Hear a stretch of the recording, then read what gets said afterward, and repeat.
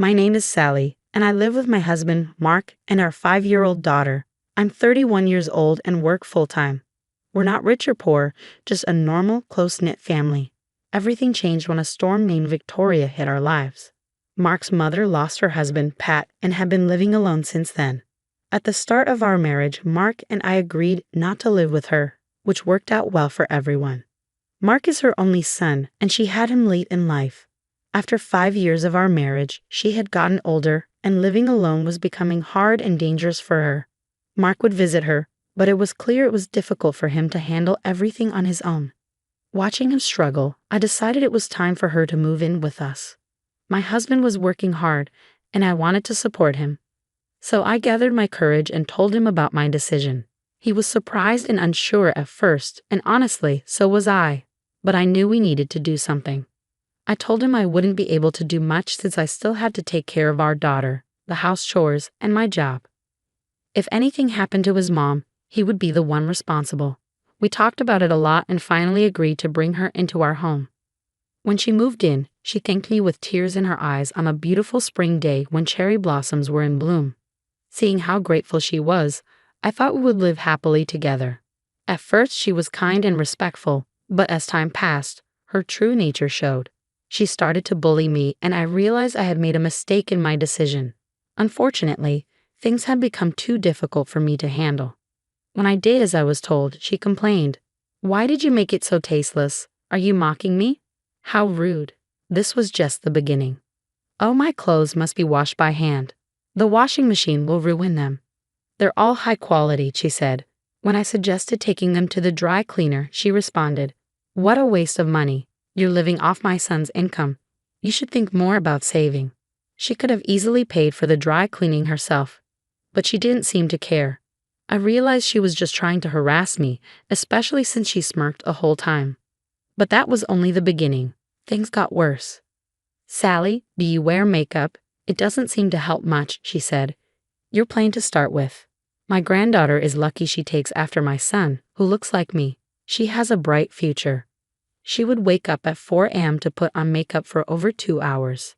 Afterward, she looked completely different. I could respect her desire to stay beautiful, but her foundation was too light for her skin, making her look like a geisha, and her cheeks were oddly red. On top of that, I struggled to clean her bright red lipstick off the cups. Even though I knew it was rude to criticize someone's appearance, I stayed quiet. What really upset me was when she threw away my precious makeup set. When I got home from work, the whole thing was gone. I asked her why she had thrown it away. She sneered at me, saying, "I've told you before, that makeup doesn't work on your ugly face. Don't waste money on useless things. Save it. From now on, no more makeup. Aren't I so caring for this family? You better appreciate me."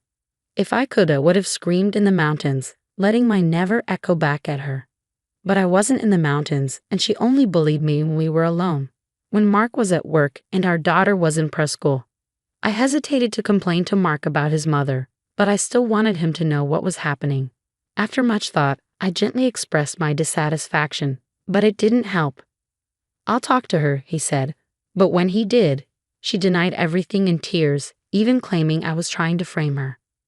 Mark was confused and didn't know what to do, and I could only roll my eyes in frustration. If she wouldn't admit to her actions, I needed a plan. I decided to secretly record our interactions and show them to Mark. While I was figuring out where to hide a camera, her bullying escalated. She had moved in during spring, and after a hot summer and autumn, winter arrived. One day, Mark was away on a business trip, and our daughter was staying with my parents. It was snowing outside, and I usually drove to work. But I had chains put on my tires and took a taxi that day. After work, I cleaned the house, did the laundry, and cooked dinner. Let me emphasize, it was the dead of winter, and snow was piling up outside. It was definitely not the time to wash clothes by hand. Despite this, Victoria handed me a pile of her laundry with a grin and said, "Here's my laundry. These are expensive clothes, so you must wash them by hand," she repeated, knowing I wouldn't like it. "I'll wash them in warm water," I replied. "No, you can't. The colors will fade and you'll damage the fabric. You must wash them in cold water the whole time." I was losing my patience. It was snowing outside, and I thought, are you kidding me? Why should I use cold water on this freezing night? If you care so much, do it yourself. I finally yelled at her. If you care so much, do it yourself. How dare you? I'm elderly and you're seriously suggesting I wash these in cold water myself. I want to ask if you're serious. I am always serious, I shot back. Her face turned red with anger. She wasn't expecting me to talk back. I wasn't backing down either. Why don't you go outside and check for yourself? You've been warm inside all day, so you don't realize, do you? It's snowing a lot and unbelievably cold out. The hell? You're telling me to go out in a cold? You're terrible. What about you? You demand that I use cold water in this freezing weather. We argued back and forth. I was determined to stand my ground. I felt bad for Mark, but I couldn't continue to be a good wife if I had to keep living with her. I was glaring at her when she suddenly grabbed my hand tightly and dragged me. I was shocked by her strength, which made me question her age. Before I knew it, she had pushed me out the front door. As I stood there, realizing what had just happened, I heard the door lock behind me. "No me for a daughter-in-law like you. Get lost," she shouted. "This is my house. You're the one who should leave." I screamed, but it was useless. She was determined to lock me out, ignoring my banging on the door. I was in distress, not sure what to do next. I wasn't wearing a coat, and I didn't have my daughter with me. Thankfully, my phone was in my pocket. I called Victoria, but even though I could hear her phone ringing inside, she didn't answer. I tried calling Mark, who was supposed to return from his trip that night, but he didn't pick up either. I had no choice but to text him. "I got locked out of the house by your mom. I'll get hypothermia in the snow. I'll wait for you at a diner nearby." With that, I started walking in the snow. I thought about calling 911, but I didn't want to make a big scene. I was sure Victoria would make up some excuse to make me look bad. It seemed better to just wait at a diner. I wrapped my arms around my freezing body, my breath forming clouds in the cold air. The snow kept falling, piling up on the ground. There were no cars or bikes passing by. It was nighttime, and the streets were empty. I kept moving forward through the quiet darkness. When I finally reached the diner, I couldn't believe my eyes. Closed due to the snowstorm. The place I had hoped to find refuge in was closed. What a night. I decided to head to the police station instead. Rather than calling and waiting for them to come, I kept walking, feeling a sense of despair as the snow fell heavily around me. The tips of my fingers and toes were going numb. When I checked the time on my phone, I realized it had been an hour since I'd been thrown out. I tried calling Victoria again, but she still didn't answer. As I walked briskly through the transformed landscape, I suddenly stopped. I thought I heard something. I realized I was at the beginning of a bridge that crossed over a river. I listened carefully. "Help?" I heard it clearly this time. I ran toward the voice and looked down from the bridge, which wasn't very high. To my surprise, I saw someone, an old lady, lying in a shallow part of the river, calling for help. I ran down the bank as fast as I could and into the river. The icy water pierced my feet and legs, turning the coldness into pain, but I kept moving toward her. "Are you all right?" I asked. "Help me, I can't move. I'm so cold," she replied weakly. "Stay with me," I said, trying to keep her awake. She must have been relieved to find help because she leaned against me and then passed out. I panicked. My feet and legs were frozen and I couldn't move as I wanted to. "Someone help us," I cried up desperately. Just when I thought my calls would go unanswered, I heard a man's voice. "Oh my God, are you okay?" Then I saw Mark rushing toward me. The moment I saw him, I lost consciousness.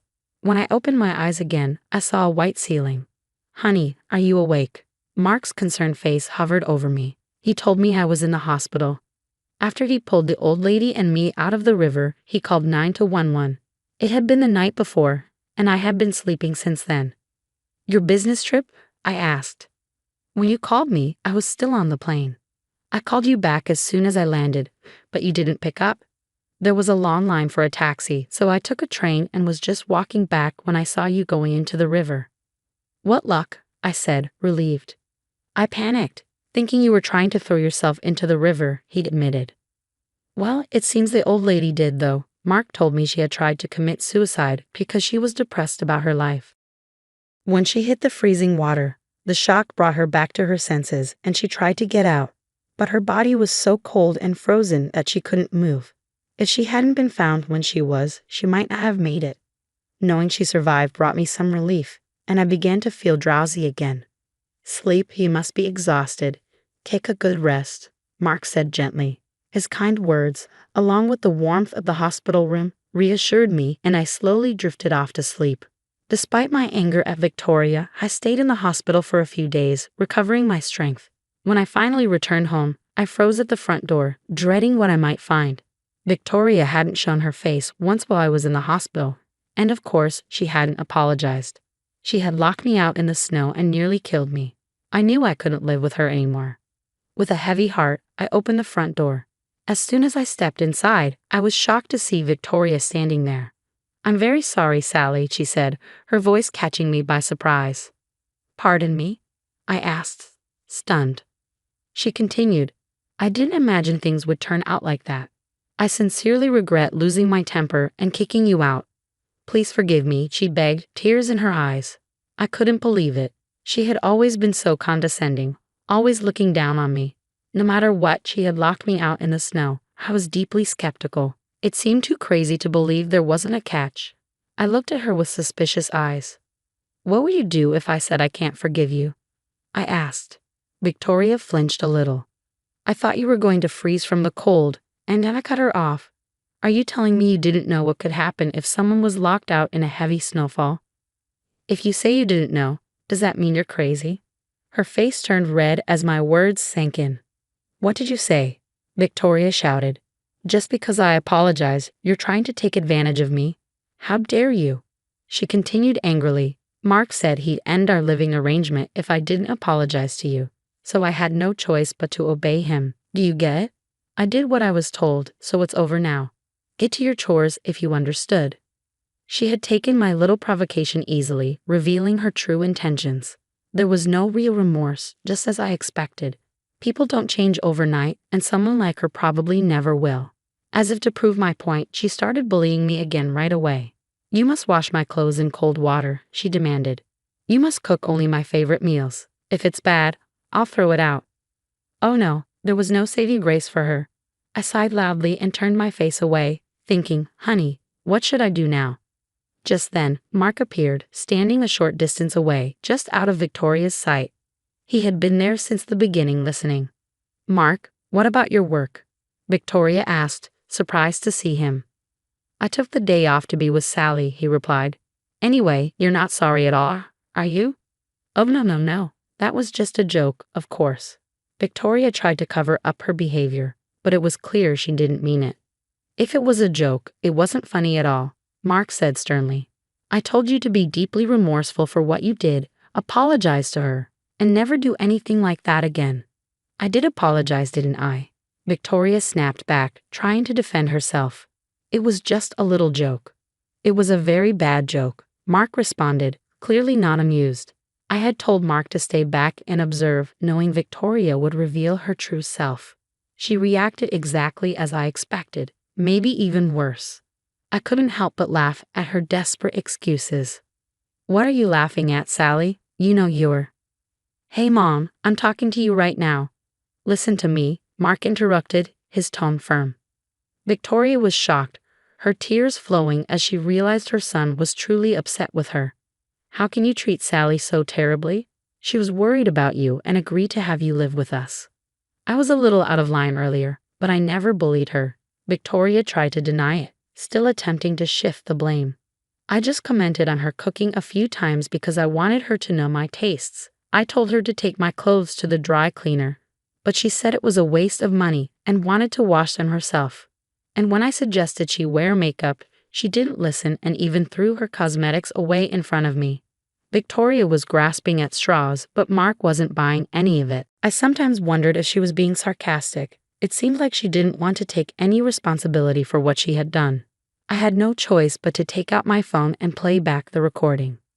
"Those are expensive clothes, so you must wash them by hand," her voice played clearly. Victoria screamed and tried to grab my phone, but I dodged her and kept playing the recording. "You must wash them in cold water. No need for a daughter-in-law like you. Get lost." The recording continued, including the sound of her dragging me out and locking the door, ignoring my calls to her. of the abuse he said and did that day was recorded, I said calmly. I had my phone in my pocket and recorded every conversation we had, just to keep evidence. Victoria was clearly agitated. Do you have any last words? I asked her. Last words? What do you mean? She replied, confused. This is the end, I said firmly. You trampled on my kindness. I want you out of the house. No more contact. You can live alone. You still have the money from selling your house and your pension. You'll be fine without my support. Wait a minute, Mark. Are you going to throw me out?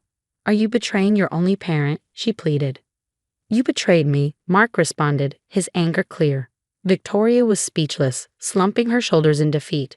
The silence was broken only by the sound of melting snow falling from the roof. Everything happened quickly after that. Mark and I packed up Victoria's belongings while she sat there, doing nothing. Her hometown was 2 hours away by car, where she had some relatives, though I doubted they would pay much attention to her now.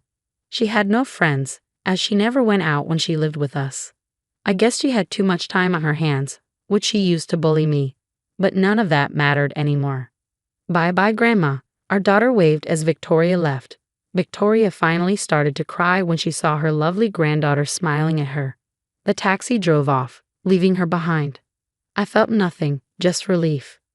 Days and months passed. Victoria was living alone and lonely. Sometimes she called to let us know she was okay, but as I promised, we never met or spoke with her again. She continued to live alone and lonely. The cost of destroying our happiness was high, but I finally found peace of mind after Victoria left. Now I'm enjoying a quiet moment while serving a surprise visitor. The sound of the washing machine spinning is calming. My guest is the elderly woman I saved on that snowy day. After living alone for a while, she became depressed, but the icy river water made her want to live a little longer. She told me that my son had invited her to move in with his family, which was great news. She decided instead to move closer to them, as she didn't want to be a burden. She shared, "My son lives far away, and I haven't seen him much. Since my husband passed away, I've been alone and thought nothing good would come from leaving. But now I know it doesn't have to be that way. I'm very happy to hear that. As long as I'm alive, I'll keep going. I'm so grateful to you for rescuing me that day." We smiled at each other, knowing that the old lady had endured a long and lonely life but found happiness again. Victoria had disrupted her own family life, and there are many ways to spend retirement. Everyone's path is different, but your attitude can make it either happy or unhappy. Looking at the two elderly women, I get a sense of what I want my future to be like.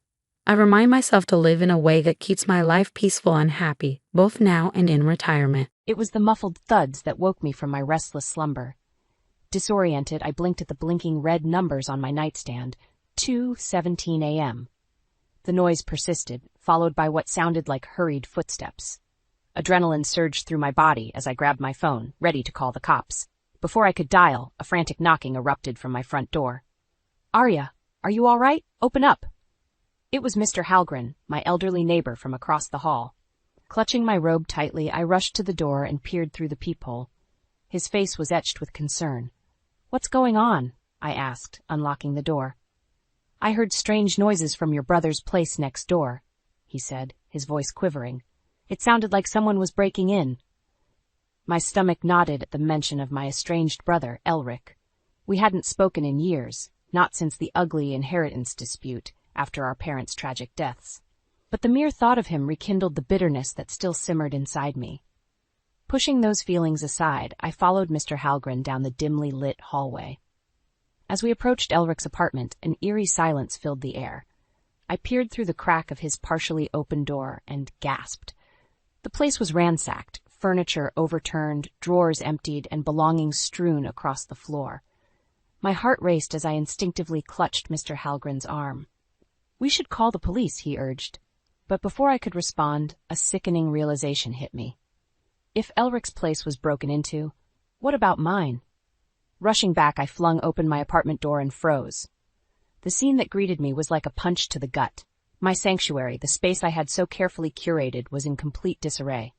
"Oh, dear Lord," Mr. Halgren muttered behind me. I stumbled inside, surveying the chaos. Picture frames shattered, books scattered, cushions ripped open. It was as if a tornado had ripped through. But one thing immediately caught my eye: the glowing screen of my laptop, still intact amidst the wreckage. With trembling hands, I lifted the device and felt my world shift. Dozens of emails, all sent from my account, detailed confidential information about my employer's cybersecurity protocols. It was a damning trail of corporate espionage, and it was undeniably linked to me. My legs buckled, and I sank to the floor, clutching the laptop to my chest. Someone had framed me, and deep down, I knew exactly who it was. The question was why? And how far would Elric go to destroy me? As the initial shock wore off, my mind raced to make sense of the incriminating evidence staring back at me. Corporate espionage was a federal offense, one that could land me in prison for years. But why would Elric go to such lengths to frame me? The answer hit me like a ton of bricks. The inheritance money from our parents. After their untimely deaths in a car accident 5 years ago, the bulk of their considerable estate had been left to me. Elric had always resented that decision, claiming our parents favored me, but the truth was, his reckless spending and mounting debts made him an untrustworthy custodian of the family's wealth. With a few clicks, I accessed the email trail, my hands shaking as I scanned the damning messages. Each one contained sensitive data that could cripple my employer's network security: product roadmaps, customer lists, even source code for their flagship software. And they were all linked back to my corporate account. "This can't be happening," I muttered, bile rising in my throat. "What is it, dear?" Mr. Hallgren asked, his voice laced with concern. I turned the laptop toward him, revealing the incriminating messages. "Someone's trying to frame me for stealing company secrets." His eyes widened as he read through the emails. But who would do such a thing? The answer was painfully obvious, but I couldn't bring myself to voice the name. Instead, I pulled up the account logs, tracing the origin of the messages. To my dismay, the timestamps aligned with the time frame Mr. Hallgren had mentioned, when he heard noises coming from Elric's apartment. "Arya?" Mr. Hallgren prodded gently. I swallowed hard, the bitter truth leaving an acrid taste in my mouth. It was Elric. He broke into my place and sent these emails to make it look like I'm selling company secrets. The elderly man's brow furrowed in disbelief. "But why would your own brother do such a terrible thing?" A mirthless laugh escaped my lips. "Money, greed, jealousy, take your pick." I shook my head, disgusted. "He's always resented that our parents left the inheritance to me instead of him." Memories of our last explosive argument flooded back, Elric's words cutting like knives. "You don't deserve a penny of what's rightfully mine. I'll make you pay for this, Arya. Mark my words." At the time, I'd brushed off his threats as empty tantrums. But now, as I stared at the damning evidence, the true depths of his depravity became chillingly clear. "We need to call the authorities," Mr. Hallgren urged, placing a comforting hand on my shoulder. I wanted nothing more than to have Elric arrested, to see him pay for his betrayal. But something held me back, a nagging voice in my head that whispered of another way, a path that would ensure his downfall was complete and utterly merciless. Clenching my jaw, I made a decision that would set in motion a vicious game of revenge, one that would force Elric to reap the consequences of his actions in the most devastating way possible. "Not yet," I said, my voice steely with resolve. "I have a better idea." Over the next few days, I threw myself into an investigation to uncover the full scope of Elric's treachery. Using my cybersecurity skills, I traced the origin of the incriminating emails back to his apartment's Wi-Fi network. But that was just the beginning. Digging deeper, I discovered security footage from the building's parking garage that confirmed my worst suspicions. The grainy video showed Elric slipping into my apartment complex around 10 p.m., just a few hours before Mr. Hallgren had heard the disturbance next door. My blood boiled as I watched my brother's familiar figure furtively making his way inside, no doubt to plant the evidence that would frame me for corporate espionage. The sheer, calculated nature of his betrayal left me reeling. I knew I needed to confront him, to look him in the eye and demand an explanation for his despicable actions.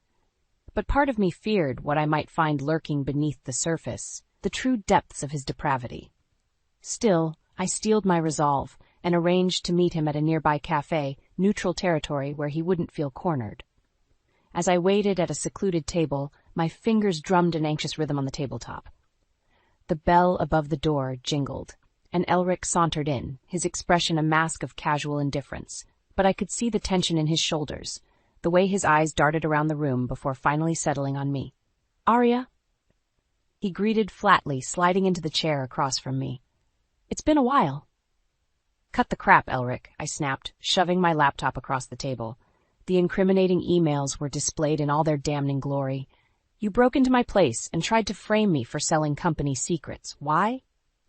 For a moment, his facade cracked, and I glimpsed the churning mixture of rage and desperation that simmered beneath. But then, just as quickly, he regained his composure, his lips curling into a sneer. "You think you're so smart, don't you?" he spat, leaning forward menacingly. "Always the perfect one, Mommy and Daddy's golden child. Well, let me tell you something. That inheritance should have been mine."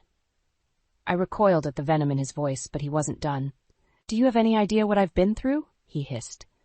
"Drowning in debt, struggling to make ends meet while you're living the high life off our parents' money. You didn't deserve a penny of what they left you." His words hung in the air like a toxic cloud, and I found myself struggling to breathe. This wasn't just about greed or jealousy. It was a twisted, all-consuming hatred that had festered for years. "So you decided to try and send me to prison?" I countered, incredulous. "You're sick, Elric, truly sick." He let out a harsh laugh, devoid of any mirth. "Prison would have been too good for you. No, I wanted to see you utterly ruined, stripped of everything you hold dear. That inheritance was supposed to be my salvation, my way out of this hellhole I've been living in. And you stole that from me."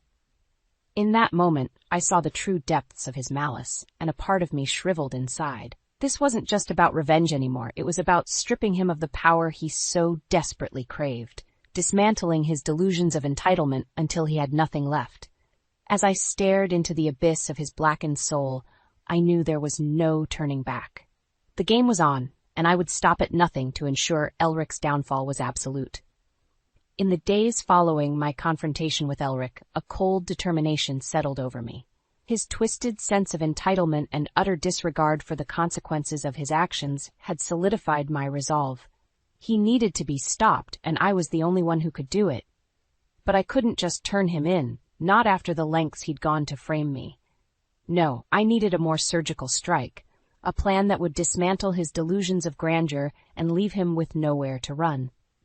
Digging deeper into his activities, I uncovered a trail of shady dealings and black market transactions, a desperate attempt to fund his lavish lifestyle through illegal means. Suddenly, his obsession with the inheritance money made sickening sense.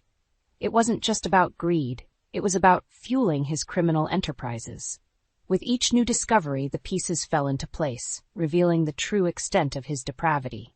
He was a cancer, slowly spreading his poison through our family's legacy, and I was the only one with the skills to excise that malignant growth once and for all. I began meticulously documenting every shred of evidence, building an airtight case against him.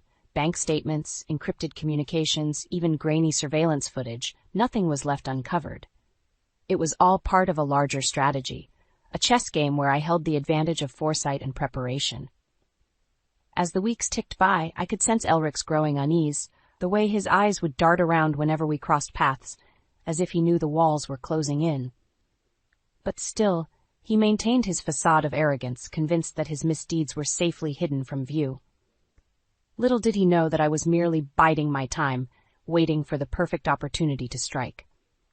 That chance came in the form of a family gathering, one of those obligatory affairs where distant relatives would congregate and exchange forced pleasantries. Elric, ever the opportunist, saw it as a chance to flaunt his ill-gotten wealth, parading around like a peacock in his designer suit and flashy watch. But I had other plans. Carefully, I began weaving a web of subtle revelations, dropping breadcrumbs of information about Elric's shady dealings in hushed conversations with our more influential relatives. A whispered comment here, a pointed glance there, each carefully calculated to plant the seeds of suspicion. And of course, I made sure Elric was always within earshot, close enough to catch the murmurs of an impending investigation, the hints of his empire crumbling around him. I could see the cracks forming in his carefully constructed veneer, the beads of sweat forming on his brow as paranoia took root. With each passing hour, His forced laughter became more strained, his movements more erratic. By the time the evening drew to a close, Elric was a shell of his former self, his once cocky swagger replaced by a haunted look of desperation. As he made his way out, our eyes locked for a brief moment, and I knew he could see the triumph glinting in my gaze. The game was nearing its climax, and I held all the cards. All that was left was to sit back and watch as Elric's world unraveled, the consequences of his actions finally catching up to him in the most poetic of ways. The weeks following the family gathering were a masterclass in psychological warfare. With each passing day, I could see the toll my carefully orchestrated revelations were taking on Elric. The once cocky swagger had given way to a perpetual state of unease, his eyes darting around like a cornered animal searching for an escape route. And I was more than happy to oblige, strategically leaking just enough information to keep the pressure mounting. A whispered conversation here, a pointed look there, each one designed to reinforce the growing paranoia that his world was crumbling around him. It was a delicate dance, one that required equal parts patience and precision. Too much, too soon, and he might bolt, scattering his misdeeds to the wind. But too little, and the fear might dissipate, allowing him to regain his footing. So I bided my time, methodically tightening the noose until the slightest movement would spell his undoing. The breaking point came one evening as I was leaving the office. My phone buzzed with a frantic call from Elric, his voice a strangled whisper on the other end. "Arya, please, you have to help me." I could barely contain my smirk as I replied, feigning ignorance. "Help you with what, exactly?" There was a pause, and I could practically hear the gears turning in his desperate mind, weighing the pros and cons of confiding in me. It's about the stuff I've been involved with," he finally admitted, his words laced with thinly veiled panic. "The illegal dealings, the black market trades, everything. Someone's on to me, Arya. I don't know how, but they know." A twisted sense of satisfaction unfurled in my chest at the sound of his franticness. This was it, the moment I'd been meticulously orchestrating for weeks. The trap was sprung, and Elric was caught squarely in its jaws. "Well, well, well," I murmured, savoring the moment. "It seems the tables have turned, dear brother." There was a sharp intake of breath on the other end, and I could envision his eyes widening in horrified realization. "You," he stammered, the word thick with accusation. "You did this. You set me up." A low, humorless chuckle escaped my lips. "I didn't set you up, Elric. I merely provided the rope for you to hang yourself with. A rope expertly woven from your own misdeeds and insatiable greed." There was a beat of silence, and then his voice returned, low and pleading. "Arya, please, you have to help me. I'm your brother, flesh and blood. Whatever I've done, I'll make it right, I swear. Just don't let them take me." His desperate pleas should have stirred something within me, some lingering shred of familial loyalty. But as I stood there, bathed in the flickering glow of street lamps, all I felt was a cold, steely resolve. "You brought this on yourself, Elric," I said, my voice devoid of any warmth or compassion. "And now you'll face the consequences of your actions alone." With that, I ended the call, leaving him to stew in the bitter juices of his own making. The endgame was in motion, and there was no turning back. In the days that followed, the authorities closed in like a vice, meticulously dismantling Elric's criminal empire piece by piece. And through it all, I watched from the sidelines, a silent spectator to his downfall, reveling in the sweet taste of justice being served. The sound of the doorbell pierced the tranquil silence of my apartment, jolting me from my reverie. With a resigned sigh, I already knew who it was. Sure enough, when I opened the door, Elric stood on the other side, his once immaculate appearance now disheveled and haggard. His eyes were sunken, rimmed with dark circles, and his expensive suit hung loosely from his frame. "You have to help me, Arya," he rasped, his voice a mere shadow of its former arrogant timbre. "They're closing in, and I don't know what to do." I regarded him coolly, unmoved by his desperate plea. "And why, pray tell, should I lift a finger to help you?" Elric's face contorted into a mask of anguish, his pride finally crumbling under the weight of his dire circumstances. "Because I'm your brother, damn it! We're family!" A bitter laugh escaped my lips. "Family? You forfeited any claim to that when you tried to frame me and steal what little I had left of our parents' legacy." His shoulders slumped, and for a moment I almost felt a twinge of pity. Almost. I was desperate, Arya, he pleaded, his voice taking on a wheedling tone. You have to understand, I was drowning in debt, and the inheritance was my only way out. I never meant for things to go this far. I arched an eyebrow, unconvinced. And the corporate espionage? The black market dealings? Were those acts of desperation too? Elric flinched, his gaze dropping to the floor in shame. I made mistakes, terrible mistakes. But I'm paying for them, Arya. Isn't that enough? Shaking my head, I fixed him with a steely glare. No, Elric. It's not enough. Not even close. His head snapped up, eyes wide with a mixture of disbelief and fear. What are you saying? I'm saying that you brought this upon yourself, I stated, my voice hardening. You made your bed, and now you have to lie in it. The authorities are closing in, and there's nothing I can do to stop it. Elric's face crumpled, and for a moment I thought he might actually break down and cry. But then, like a switch being flipped, his expression hardened, and a familiar glint of defiance flashed in his eyes. You're enjoying this, aren't you? He spat, his tone laced with venom. Watching me squirm, seeing me brought low. Well, let me tell you something, sister dearest. I'm not going down without a fight. I met his gaze unflinchingly, unimpressed by his bravado. It's over, Elric. Your little criminal empire is crumbling, and there's nothing you can do to stop it. He opened his mouth, no doubt to hurl another venomous retort. But the sound of approaching sirens cut him off. His head whipped around, eyes widening in panic as the wail of the sirens grew louder. This isn't over, he hissed, backing away from my door. You haven't seen the last of me, Arya. But even as the words left his lips, I could see the fear flickering in his eyes. He knew it was a hollow threat, a desperate attempt to cling to whatever shred of power he had left.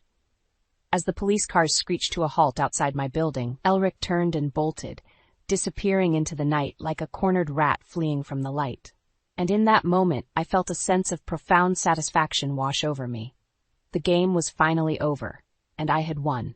Elric's downfall was complete, and he had no one to blame but himself. The weeks following Elric's desperate visit were a whirlwind of activity.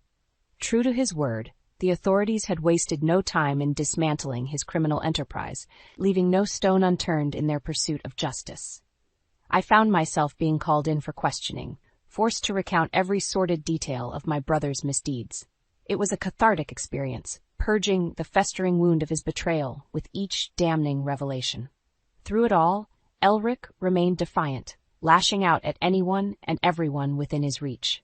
His once charming facade had been stripped away, revealing the true depths of his malice and depravity.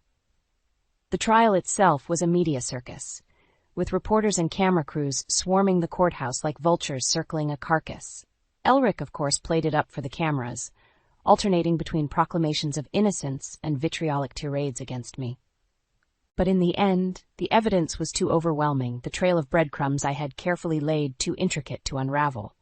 One by one, the charges were read: corporate espionage, fraud, racketeering, and a litany of other offenses that would make even the most hardened criminal blanch. And through it all, Elric maintained his arrogant sneer, as if daring the world to try and break him. That is, until the verdict was announced. The silence in the courtroom was deafening as the judge cleared his throat, his gaze sweeping over the gathered spectators before finally settling on my brother. On the charges of corporate espionage, fraud, racketeering, and numerous counts of illegal black market dealings, this court finds the defendant, Elric Lane, guilty on all counts. The words hung in the air like a suffocating fog, and for a moment I thought Elric might actually collapse. His face drained of color, his mouth working soundlessly as the full weight of the verdict crashed down upon him. But then, just as quickly as it had come, the moment passed. His features hardened, and he fixed me with a look of pure unadulterated hatred. "You did this?" he hissed, straining against the bailiffs who were already moving to escort him from the courtroom. "You're the one who destroyed everything, Arya. You'll pay for this, I swear to God." His venomous words were met with stoic silence from the gallery, and I merely held his gaze, unflinching. In that moment, I felt no satisfaction, no sense of triumph or vindication, just a profound sense of relief that the nightmare was finally over. The weeks and months that followed were a blur of sentencing hearings and legal proceedings, each one hammering another nail into the coffin of Elric's once promising future. He was slapped with a hefty prison sentence, as well as crippling fines and restitutions that would ensure he would never again taste the lavish lifestyle he had so coveted. And through it all, I remained a silent observer, watching as the brother I had once loved was slowly stripped of everything: his wealth, his freedom, his very identity. It was a bitter victory, to be sure, but a necessary one. Elric's greed and envy had poisoned our family's legacy, and the only way to excise that malignant growth was to cut it out, root and stem. As I sat in the courtroom gallery, watching him be led away in shackles, I felt a strange sense of finality wash over me. The chapter of my life that had been defined by his malevolence was finally closed, and I was free to move on, to forge a new path, unburdened by the weight of his betrayal. It was a bittersweet feeling, tempered by the lingering sorrow of what might have been had he chosen a different path.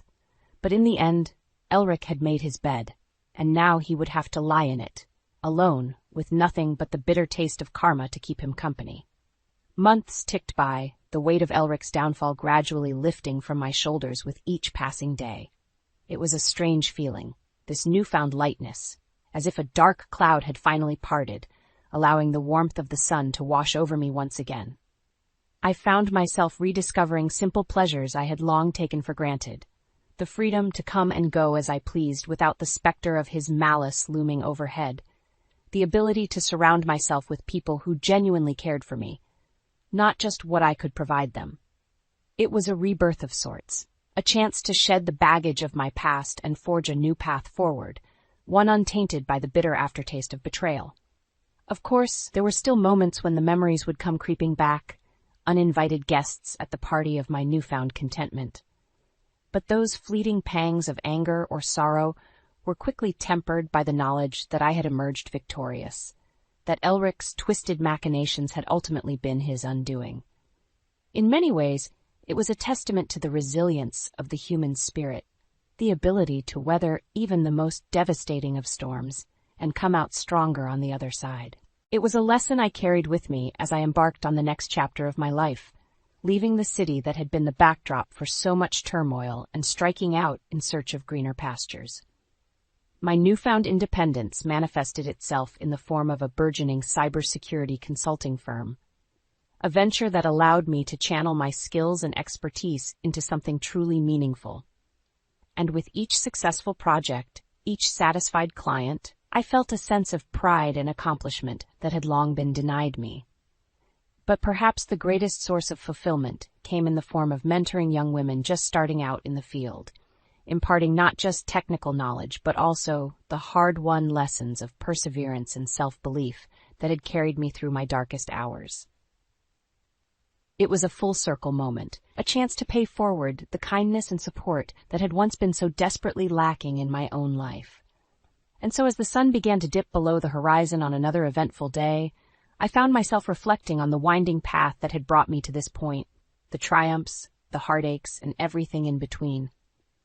The sound of the doorbell pulled me from my reverie, and I rose to answer it, a faint smile tugging at the corners of my mouth.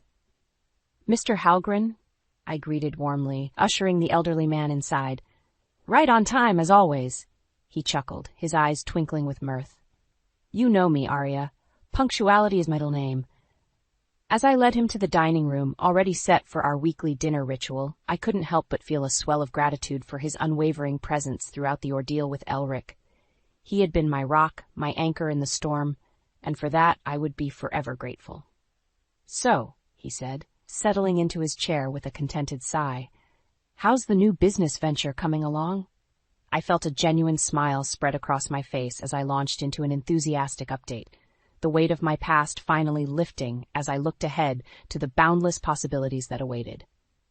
It was a new beginning, a fresh start untainted by the shadows of my brother's malice. And as I sat there, basking in the warmth of Mr. Halgren's company, I knew that no matter what challenges lay ahead, I would face them head-on, unbowed and unbroken. For the first time in a long time, I was truly free. I slumped back in the worn leather chair, the sterile scent of the clinic filling my nostrils as I waited for Dr. Henshaw. Doyle squeezed my hand reassuringly, his warm smile a stark contrast to the knot tightening in my stomach.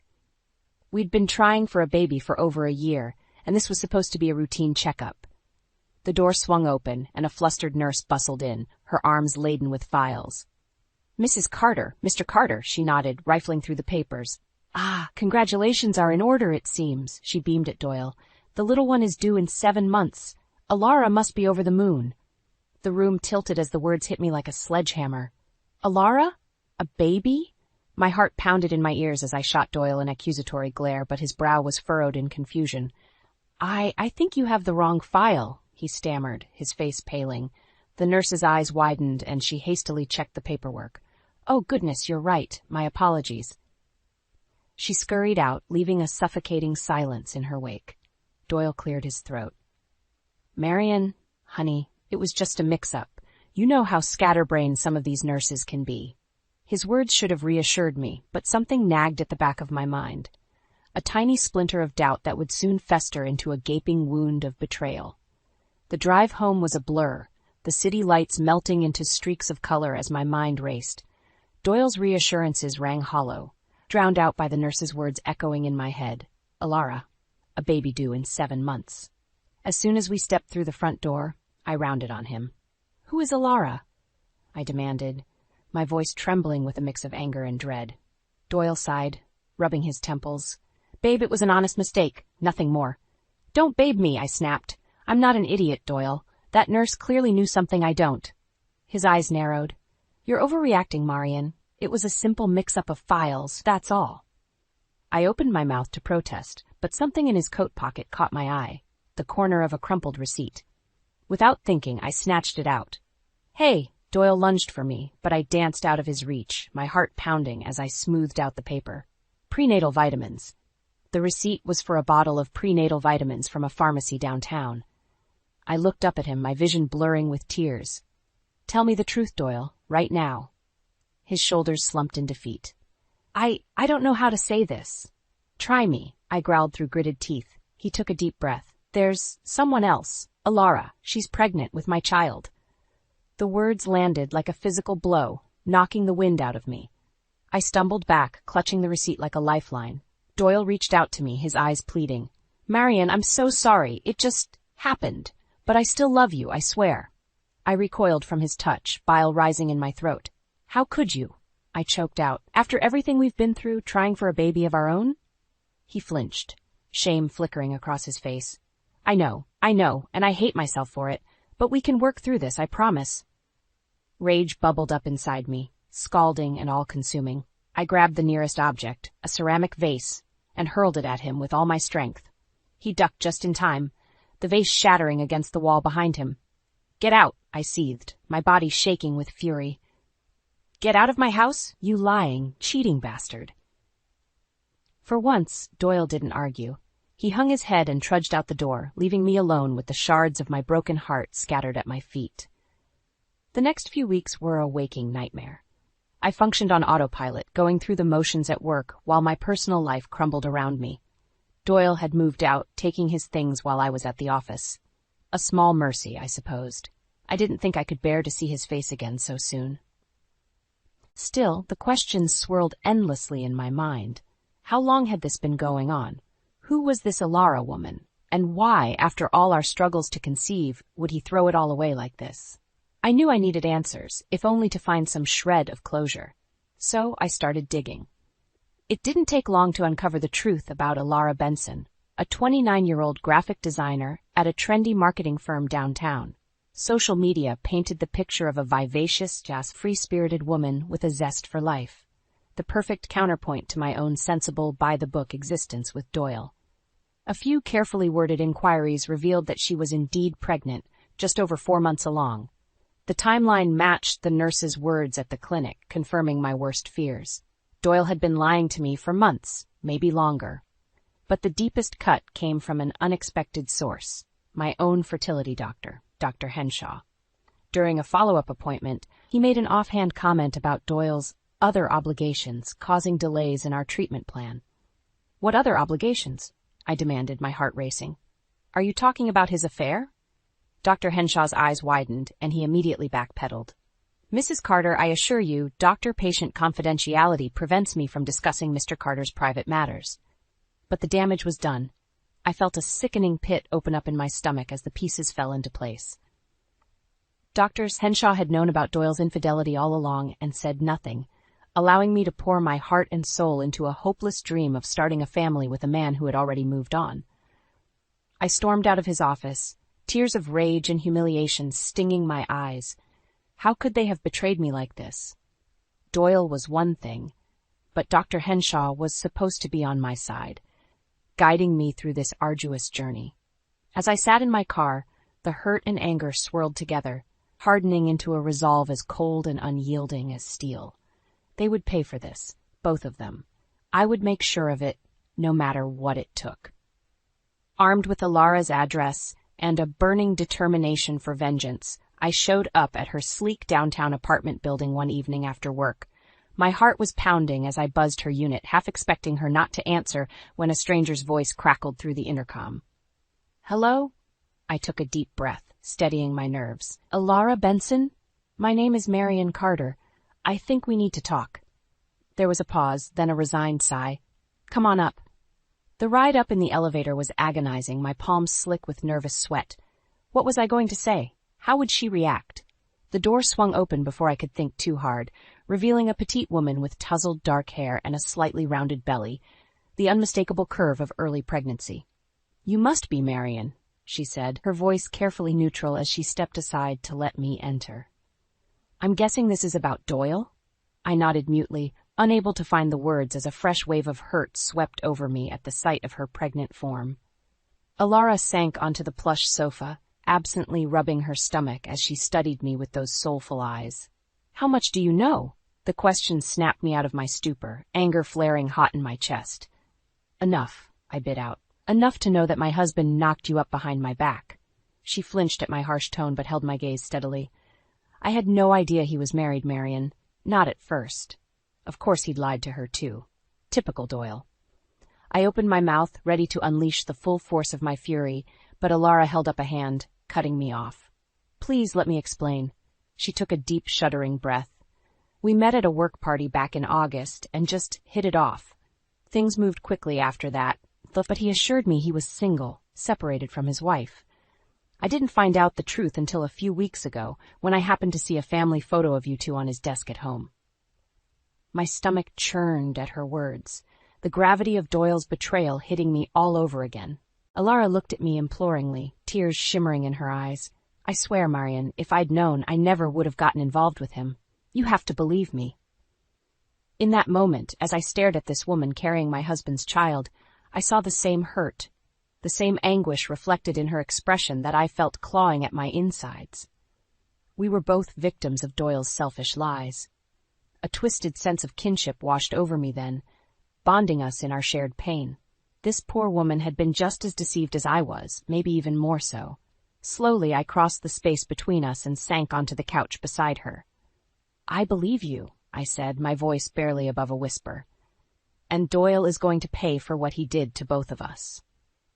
Alara's eyes widened, then hardened with resolve. She gave a brisk nod. "Tell me what you need me to do." The weeks leading up to Doyle's birthday party were a flurry of covert planning and deception. Alara and I worked tirelessly, coordinating every detail under the guise of throwing him a surprise celebration. Little did he know, we had something much more explosive in store. "You're sure about this?" Alara asked one evening as we pored over the guest list. "There's no going back after tonight." I glanced around my living room at the cheerful decorations and gift-wrapped boxes stacked in the corner, all a carefully constructed ruse. "Absolutely, he needs to be exposed in front of everyone who thinks he's this upstanding, trustworthy guy." Her jaw tightened and she gave a resolute nod. "Then let's do it." The big day arrived and our plan unfolded perfectly. One by one, Doyle's colleagues, friends, even his own mother filed into my house, all eager to surprise the guest of honor. Finally, the man himself arrived, striding through the door with a bemused grin. "What's all this? Surprise!" we cried in unison, feigning delight as cameras flashed and people swarmed around to greet him. For a moment, Doyle just blinked at the crowd, utterly blindsided. Then his gaze found mine, and his expression shifted to one of wariness. "Marion?" "Happy birthday, darling," I said, layering on sugary sweetness as I crossed the room to give him a lingering kiss on the cheek. "We've got one more surprise for you." Alara stepped forward then, her blossoming baby bump impossible to miss. A hush fell over the room as realization dawned on Doyle's face. "You," he choked out, paling rapidly. "What are you doing here?"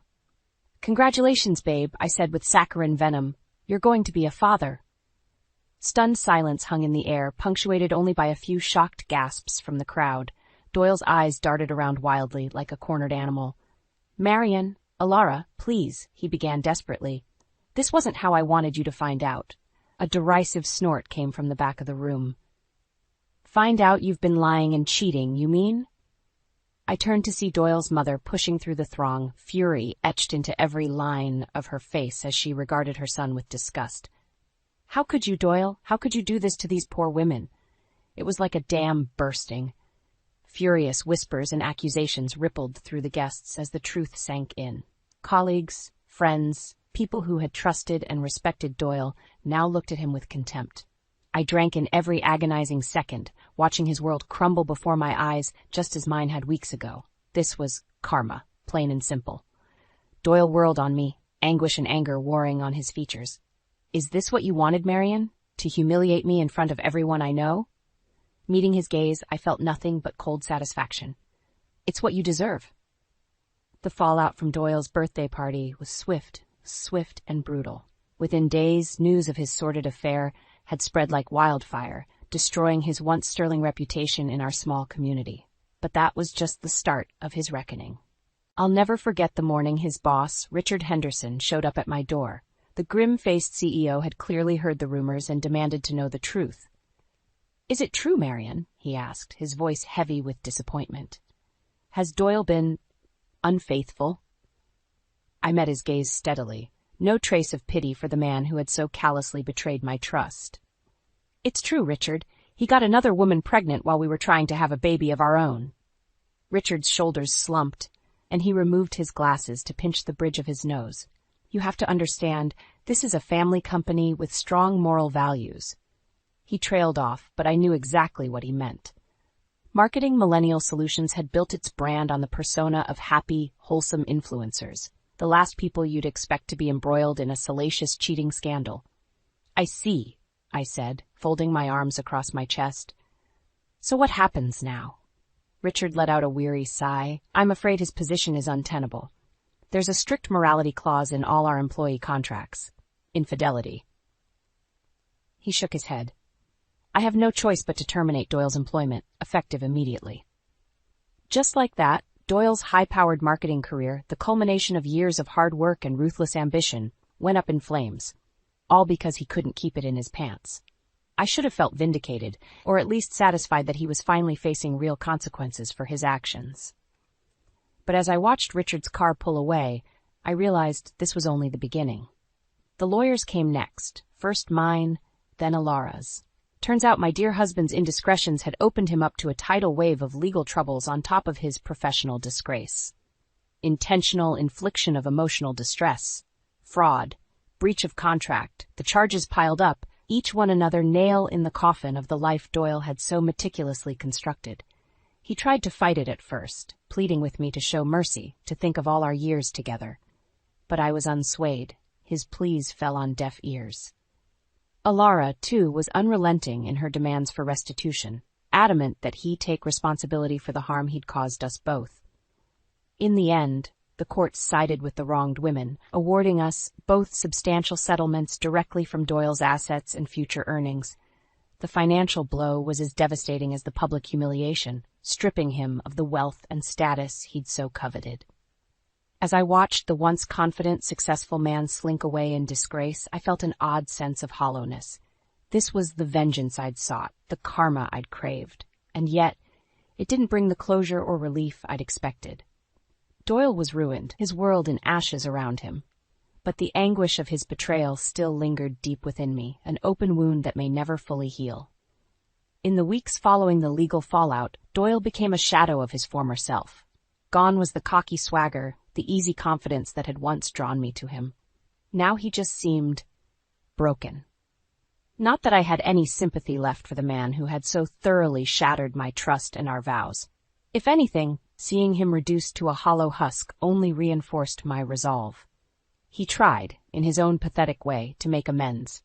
Endless apologies and promises to change his ways, to be the man I deserved. But his words rang hollow, meaningless platitudes from someone desperate to cling to the lie of the life we'd once shared. Alara, at least, wanted nothing to do with his groveling. She'd made it clear from the start that she planned to cut Doyle out of her life completely once the baby was born, raising the child free from his toxic influence. I almost envied her certainty, her ability to simply walk away and start fresh. For me, the wounds went deeper, the scars of his betrayal an ever-present ache in my heart. Then one rainy evening, there was a heavy knock at my door. I opened it to find Doyle on my doorstep. Shoulders hunched against the downpour, a familiar hangdog expression etched into his features. "Marion," he said hoarsely, water dripping from his soaked hair. "We need to talk." Part of me wanted to slam the door in his face, to shut him out, as he had shut me out of his life for all those months with Alara. But something in his haunted eyes gave me pause. With a resigned sigh, I stepped back to let him in from the rain. "Make it quick, Doyle. I'm done playing games." He flinched at my blunt words, then nodded solemnly as he followed me into the living room.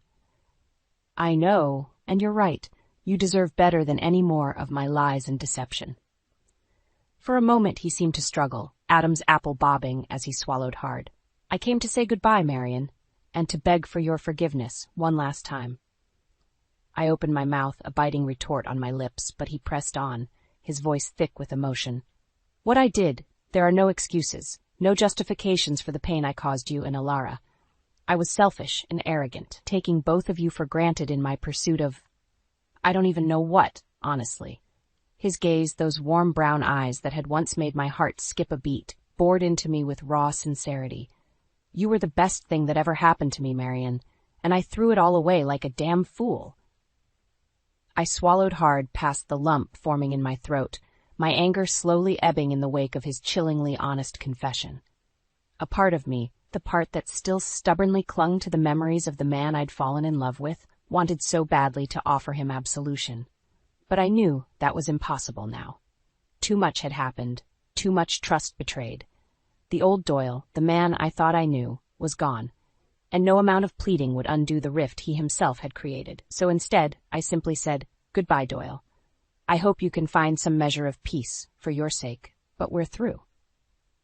His face crumpled for the briefest moment before the mask slipped back into place, leaving only a haunted sort of resignation behind. With a somber nod, he turned and let himself out, the door clicking shut behind him with a sobering finality.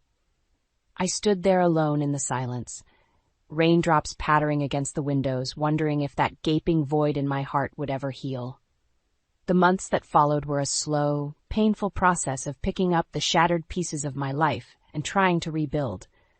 Doyle's betrayal had left me adrift, questioning everything I thought I knew about love, trust, and the dreams we'd once shared. But I was determined not to let his selfish actions define me. I was more than just a scorned wife. I was a strong, capable woman who deserved a fresh start. The settlement from the legal battles had left me with a sizable nest egg, enough to finally pursue that long-deferred dream of opening my own cozy little bookshop. It seemed fitting, in a way, surrounding myself with stories altri, finding solace between the pages when my own narrative had taken such a dark turn. I spent weeks scouring property listings until the perfect spot opened up, a quaint corner storefront in a charming downtown district.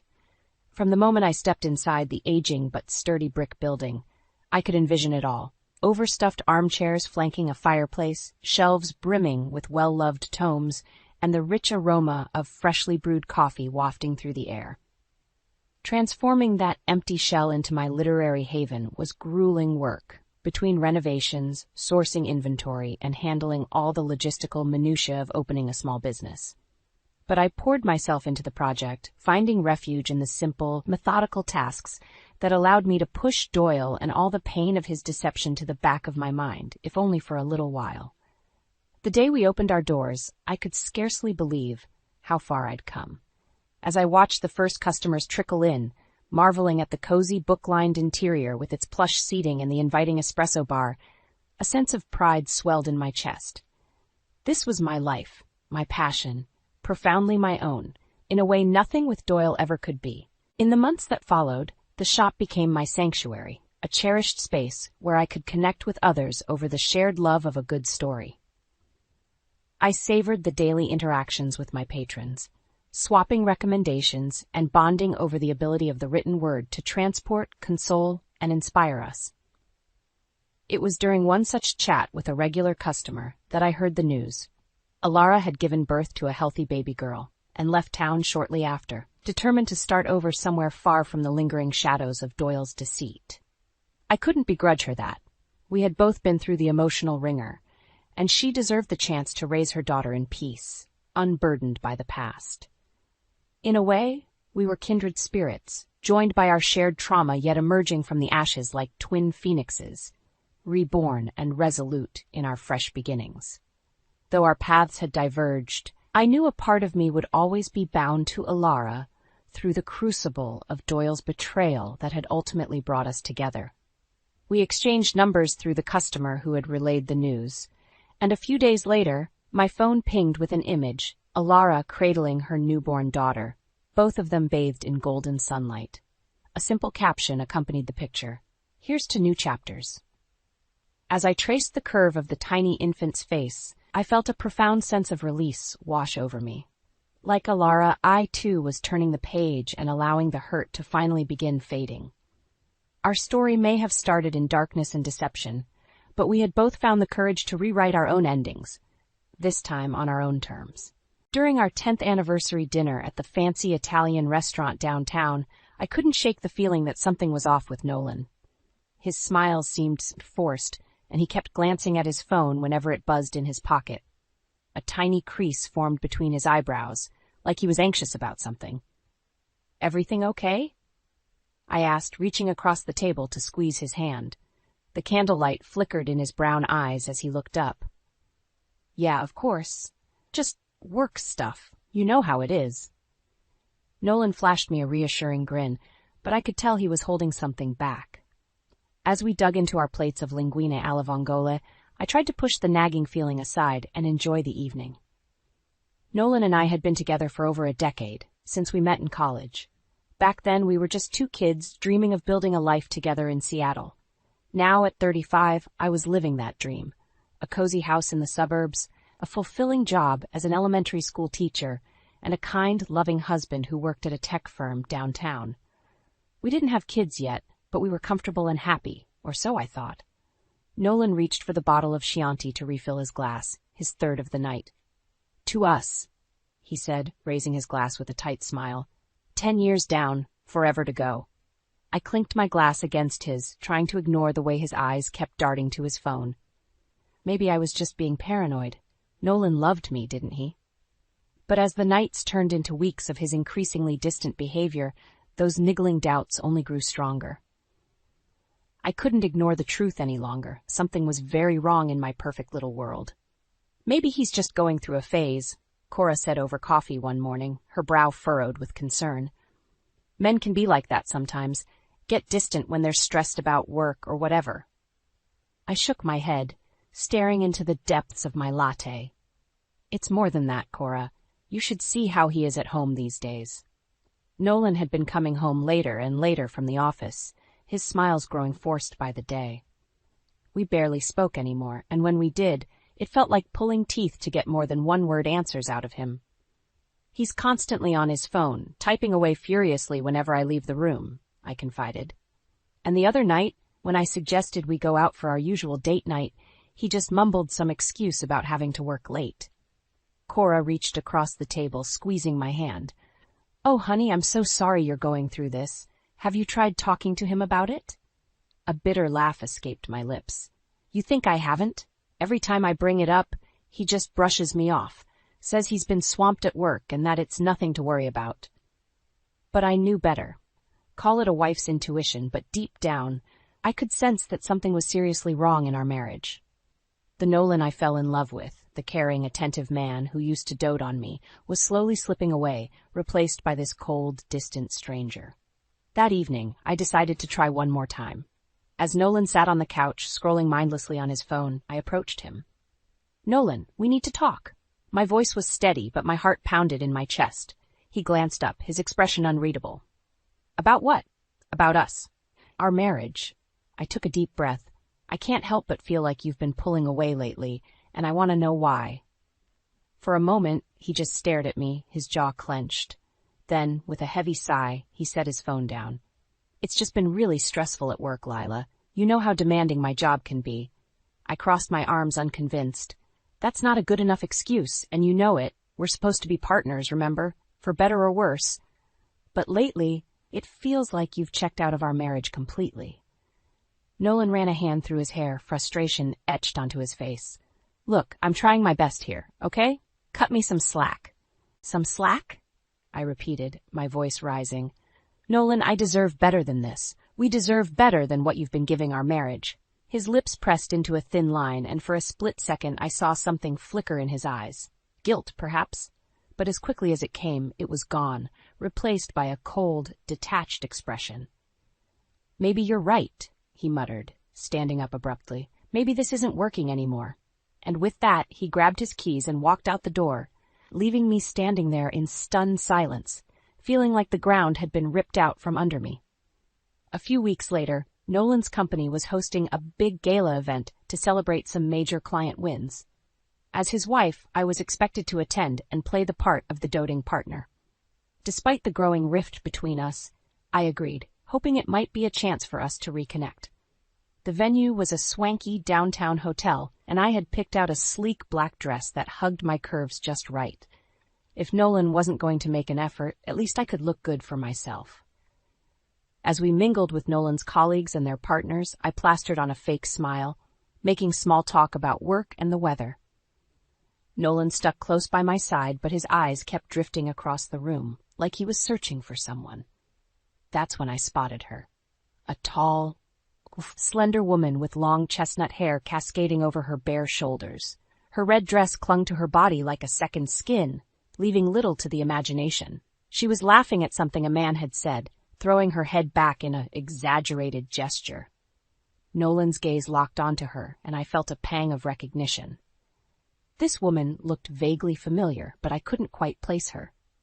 Before I could ponder it further, the woman's eyes met Nolan's, and she excused herself from her conversation partner. My heart sank as she began sauntering over to us, a predatory gleam in her eyes. "Nolan," she purred, resting a perfectly manicured hand on his arm. "I've been looking for you all night." He cleared his throat, shifting uncomfortably. "Ivy, this is my wife, Lila. Lila, this is Ivy Richardson. She's a new project manager at the company." My smile froze on my face as realization hit me like a punch to the gut. So this was the woman Nolan had been messaging constantly. I was sure of it. Ivy's eyes raked over me with thinly veiled disdain. "Charmed, I'm sure," she drawled, making no effort to hide her contempt. "Likewise," I managed to choke out, my grip tightening around my champagne flute. Nolan laughed nervously, oblivious to the charged tension between us. "Well, you two should get to know each other better. Ivy's been doing great work on the Henderson account." "Is that so?" I asked through gritted teeth, shooting daggers at Ivy with my eyes. She smirked, running her hand slowly down Nolan's arm. "We've certainly been working closely together on a lot of things." The insinuation in her tone was undeniable, and a sickening realization washed over me. My husband, my Nolan, was having an affair with this vile, shameless woman right under my nose. I opened my mouth to unleash the torrent of fury building inside me, but Nolan cut me off. "Actually, I was just about to grab us some drinks from the bar. Can I get you anything, Ivy?" His voice was laced with a strange eagerness that made my skin crawl. "A dirty martini would be lovely," Ivy purred, her hand lingering on Nolan's arm for a beat too long. As he hurried off towards the bar, I rounded on Ivy, my face flushed with rage. "I don't know what kind of sick game you're playing here, but let me make one thing crystal clear. Nolan is my husband, and if you think you can just swoop in and steal him away, you've got another thing coming." Ivy tossed her hair over her shoulder, utterly unfazed by my outburst. "Oh, sweetie, The only one playing games here is your dear husband, but by all means, keep deluding yourself into thinking you actually mean something to him." Her words cut deeper than any knife, and I had to fight back the urge to slap that smug grin right off her face. Instead, I clenched my fists, trying to rein in my emotions. "You're going to regret this," I hissed through clenched teeth. "I'll make sure of it." Ivy let out a mocking laugh. Empty threats from a sad, pathetic woman. How deliciously tragic. She turned on her heel and sauntered away, leaving me seething and humiliated in the middle of the crowded ballroom. As Nolan rejoined me, oblivious to what had just transpired, I felt a cold, hard knot of determination form in the pit of my stomach. If it was war she wanted, then war was what she'd get. I would make Ivy regret the day she ever laid eyes on my husband. In the days following the gala, I barely slept or ate. My mind was consumed by the image of Ivy's hand trailing down Nolan's arm, her voice dripping with smugness as she all but admitted to their affair. The betrayal burned like acid in my veins. I needed proof. Solid, undeniable evidence that I could shove in Nolan's face and make him see the truth. Maybe then some small part of the man I loved would resurface and put an end to this madness. So one night, as Nolan snored lightly beside me, I reached over and snatched his phone off the nightstand. My hands trembled as I tapped in his passcode, our anniversary date, a bitter irony. The phone unlocked, revealing a flurry of messages from a contact simply labeled IR. My heart pounded as I opened the thread. There it was, in black and white. Hundreds of messages between Nolan and Ivy, some innocuous but many far too intimate for mere colleagues. "Can't wait to see you tonight, handsome. You looked incredible at the party. That dress left little to the imagination. I miss the feeling of your lips on mine." White-hot rage seared through me as I read their shameless exchanges. This was so much worse than I'd imagined, a full-blown emotional affair at the very least. Bile rose in my throat, but I forced myself to keep reading, taking screenshots to document the evidence. I needed ammunition for the war that was about to come. As I scrolled further back in time, my blood ran cold at one particular message from Nolan. "You're right, I do need to end things with Lila. This has gone too far, and she deserves better than living a lie." My hands went numb, nearly dropping the phone. He'd been planning to leave me, to discard me like a piece of trash for that vile succubus Ivy. A choked sob escaped my lips before I could stop it. Nolan stirred beside me. "Lila?" he mumbled groggily. "What's wrong?" I turned to face him, tears streaming down my cheeks, clutching his phone like a lifeline. "How could you?" I whispered hoarsely. "How could you do this to me, to us?" His eyes went wide as he took in the phone, panic flashing across his features. "Lila, I can explain." "Explain what?" I spat, anger eclipsing my hurt. "That you've been carrying on an affair with that woman behind my back? That you were going to leave me for her?" Nolan opened and closed his mouth, at a loss for words. Pathetic. "I loved you," I choked out, my voice thick with emotion. "I gave you everything. And this is how you repay me?" He surged forward, reaching out as if to embrace me. "Baby, please. It's not what it looks like." But I recoiled from his touch, holding up the phone defiantly. "Don't you dare try to deny it, Nolan. I have all the proof I need right here." His face crumpled in resignation as he slowly sank back onto the bed. "I'm so sorry," he whispered brokenly. "I never meant to hurt you." I let out a bitter laugh, swiping at the tears on my cheeks. "Well, you did. You hurt me more than you'll ever know." As I turned and stormed out of the bedroom, clutching the phone with the damning evidence, a newfound sense of purpose burned within me. If Nolan thought he could just toss me aside and ride off into the sunset with his mistress, he had another thing coming. I was done being the victim. It was time to plan my revenge. Armed with the incriminating evidence from Nolan's phone, I knew I had to confront him and Ivy directly. No more dancing around the issue. It was time to blow this sordid affair wide open. A few days later, I marched into Nolan's office building downtown, my heels clicking determinedly against the marble floors. The security guard eyed me warily as I blazed past the reception desk. "Ma'am, you can't just go up there," he called out, but I ignored him, stabbing the button for the elevators. When I stepped out onto Nolan's floor, I spotted him immediately through the glass walls of his office. He was bent over his desk, completely engrossed in whatever was on his computer screen. Ivy was there too, perched on the edge of his desk in a tight skirt that rode dangerously high up her thighs. She leaned in close as they pored over the documents together, her chest practically spilling out of her blouse. White-hot fury licked at my insides as I watched their intimate display. Gripping the manila envelope containing the printed text messages, I stormed over and flung the door open with a bang. Nolan's head snapped up, his eyes widening in shock and fear. "Lila, what are you doing here?" Ivy simply raised an immaculately groomed eyebrow, her lips curling into a disdainful smirk. Well, if it isn't the little wife." I leveled my gaze at her, jaw clenched. "Save it, you home-wrecking snake. I know all about your sordid little affair with my husband." Reaching into the envelope, I pulled out the printouts and flung them onto Nolan's desk, the papers fluttering across the surface. Nolan went deathly pale as he scanned the indisputable evidence. "How did you—" "Does it matter?" I seethed, rounding on him. "What matters is that you've been lying and cheating on me this entire time." I turned back to Ivy, who was examining her manicured nails with a bored expression. "And you make me sick, preying on my husband like some cheap, shameless hussy." A mocking laugh bubbled from her lips. "Oh, feisty. I can see why Nolan's so smitten." She traced a finger along Nolan's arm, her touch lingering just a beat too long. "Isn't that right, handsome?" My blood boiled at her taunting words. In that moment, something inside me snapped. Before I could stop myself, I lunged forward and slapped Ivy clear across the face, the sound reverberating through the office like a gunshot. "You bitch!" she shrieked, clutching her stinging cheek. Her perfectly coiffed hair was mussed, mascara smudged under her eyes. "You're gonna regret that." Nolan leapt to his feet, grabbing my arms to restrain me. "Lila, stop! You're causing a scene." But I wasn't finished. Adrenaline coursed through my veins as I wheeled on him next. "No, you stop!" I shouted, shoving him away from me. "This is the only way either of you snakes will listen. I want a divorce, Nolan. This marriage is over."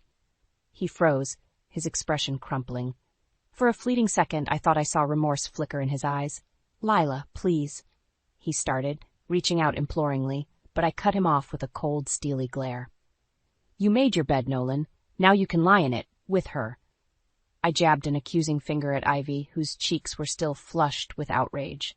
As I turned on my heel and stormed out, I could hear the shocked murmurs of Nolan's coworkers who had witnessed the whole sordid scene.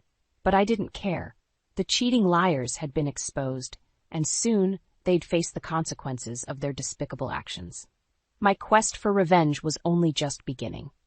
In the days following my explosive confrontation with Nolan and Ivy, I found myself surprisingly calm. The initial storm of anger and betrayal had passed, replaced by a steely determination to make them pay for what they'd done. I may have lost my husband, but I hadn't lost my self-respect. And I'd be damned if I let those two schemers just ride off into the sunset without facing any consequences. So I devised a plan, a deliciously devious scheme that would hit them where it hurt most, their reputations and their pocketbooks. First, I gathered even more evidence, documenting every instance of Nolan's misconduct that violated his company's ethics policies. The misuse of corporate resources for his dalliances with Ivy, the inappropriate relationships, the blatant lies on his expense reports to cover up their escapades. I compiled it all into a tidy file, complete with copies of those damning text messages, ready to present to his boss and the HR department. Next, I dug deeper into Ivy's background, searching for any skeletons in her closet that could be used as leverage. As it turned out, the sleazy homewrecker had quite a few secrets of her own. Like the fact that she was carrying on not just with my husband, but with another married executive at the company too. Or how about those shady business dealings with a former client that had led to a nasty lawsuit? I gathered all the sordid details and incriminating documents, preparing to leak them to the press and Ivy's unsuspecting partner at just the right moment. With everything in place, I decided to lull my prey into a false sense of security first. I started being overly friendly with Nolan again, pretending I was finally ready to forgive and move on. "Lila, I'm so sorry," he blubbered during one of our clandestine meetups at a cafe near his office. "What I did was inexcusable, but I want to make things right. I still love you." I gave him my most radiant smile, pulling his hands into mine. "I know, baby, and I love you too. That's why I'm willing to give our marriage another chance." He seemed stunned by my apparent change of heart, but too desperate and pathetic to question it. Over the next few weeks, I let him think we were working through the hurt and rebuilding our trust, all the while compiling more proof of his indiscretions behind the scenes. Ivy, for her part, seemed utterly convinced that she'd won. The smug look she shot me whenever our paths crossed said it all. Little did either of them know, I was simply luring them into my carefully laid trap. Everything was going according to plan. Finally, when I had enough ammunition to bury them both, I started planting little seeds here and there. An anonymous email to Ivy's partner with details of her affairs, a copied file mysteriously left on her boss's desk at work.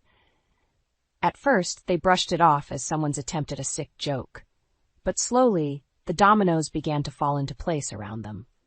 Ivy started facing whispers and stares everywhere she went, as the news of her transgressions spread like wildfire. Clients began dropping her company left and right, the two disgusted by her unethical behavior. Nolan, meanwhile, found himself being summoned into endless meetings with HR and the executives, as each new piece of evidence against him came to light. His desperate pleas of innocence fell on increasingly deaf ears. They say the best revenge is living well. But there's also a particular satisfaction in being the architect of your enemy's downfall, watching every last piece of their lives crumble around them because of their own vile misdeeds. As Ivy and Nolan began to drown in the tsunami of consequences they'd brought upon themselves, I stood back and observed with a dark, triumphant smile. The cheating liars were getting exactly what they deserved, and it was all thanks to the deliciously devious scheme I'd executed to perfection. As the fallout from my meticulously planned revenge scheme intensified, it was almost comical to witness Ivy and Nolan's lives unraveling before their eyes. Ivy's entire world came crashing down in spectacular fashion. Word of her affairs with multiple married executives spread like wildfire, earning her a reputation as a home-wrecking pariah. Clients dropped her firm left and right, disgusted by her unethical behavior. Even her own partner wasn't spared from the shockwaves. After receiving those anonymous emails detailing Ivy's indiscretions, he promptly kicked her out and filed for divorce, leaving her with nothing. I'll never forget the look on her face when she showed up at my doorstep one evening, tears of makeup streaking her cheeks. "You did this," she choked out, hatred burning in her eyes. "You ruined everything." I simply gave her a cold, triumphant smile. "I warned you not to mess with me, Ivy. You reap what you sow." With a guttural scream of rage, she lunged at me, hands outstretched like claws, but I was ready, sidestepping her attack with ease. "Save it," I spat as she crashed against the doorframe. "You've already lost. Now get out of my sight before I call the cops." Ivy slunk away in humiliated defeat, her life in utter ruins because of her own despicable actions. Karma, as they say, is a bitch. As for Nolan, well, let's just say he didn't fare much better. Turns out his cozy tech company had a very strict no-fraternization policy that he'd blatantly violated. Strike one. Then there were all those expense reports he'd falsified to cover up his and Ivy's little rendezvous, using corporate funds for personal dalliances. Strike two. When the higher-ups received that anonymous file detailing every last instance of misconduct, ethics breach, and company policy violation, they didn't take it lightly. Strike three, you're out. Nolan was promptly fired and faced with a mountain of damning evidence that could potentially lead to legal troubles, all because he couldn't keep it in his pants. He came crawling to me one evening, a sniveling, pathetic mess desperate for my forgiveness and support. As if. "Lila, please," he blubbered, clutching the manila envelope of termination papers. "I've lost everything because of my stupid mistakes. My job, my reputation, it's all gone. You have to help me." I fixed him with a cold, steely glare, fighting back the urge to spit in his face. "The only one who has to do anything here is you," I stated flatly. "You need to sign those divorce papers and get the hell out of my life for good." Nolan's jaw dropped in stunned disbelief. But I thought we were working things out? You said you forgave me." A harsh laugh tore from my throat. "You're even dumber than you look if you actually believed that load of crap." Reaching into my purse, I pulled out a crisp folder and tossed it at his feet, the contents spilling across the floor. copies of every last text between him and Ivy, evidence of his corporate violations, you name it. That's just a taste of all the proof I gathered while I was pretending to take you back, I said, watching realization slowly dawn over his stupid, cheating face. Everything you've lost, your job, your money, your precious Ivy, it's all because of your own sickening behavior. I just gave you the consequences you deserved. Nolan's mouth opened and closed like a gasping fish as he processed the magnitude of what I'd done. You planned this whole thing? All of it? I leveled him with a look of pure disdain. You're damn right I did. I told that snake Ivy she was going to regret the day she messed with me, and I meant it. Now here we are, and you're both getting exactly what you deserve. To lose everything, just like I did when you betrayed me. With a look of utter devastation, Nolan slumped to his knees, cradling his head in his hands as racking sobs shook his body. But I felt no pity whatsoever, only a deep sense of satisfaction that karmic justice had been served. Months later, as the crisp autumn air turned to the bitter chill of winter, I could finally begin to breathe again. The deep wounds left by Nolan's betrayal were starting to heal over, leaving me stronger and more resilient than ever before. I'd moved out of our suburban home that once felt like a gilded cage into a cozy downtown apartment that was all my own.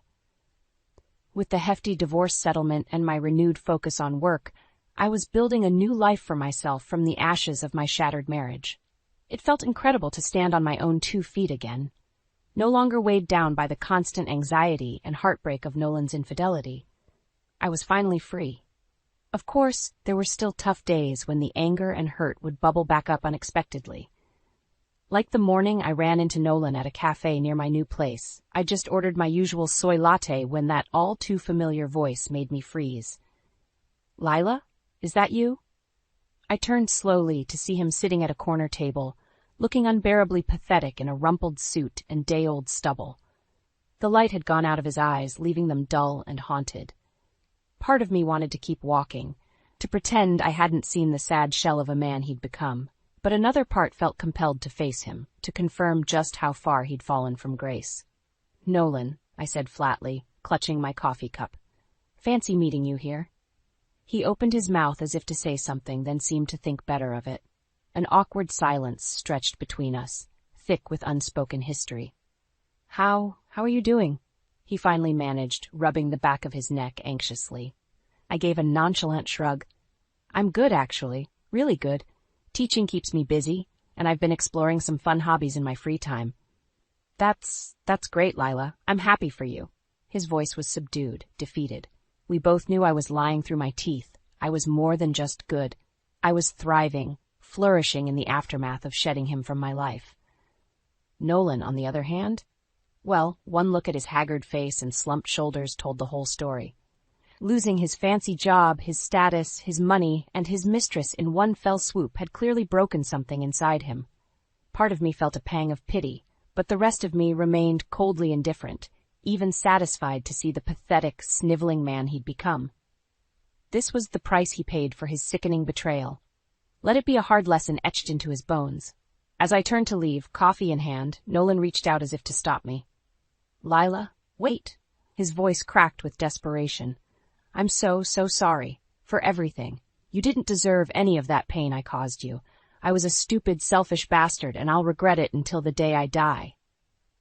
I paused, letting his words hang heavy in the air between us.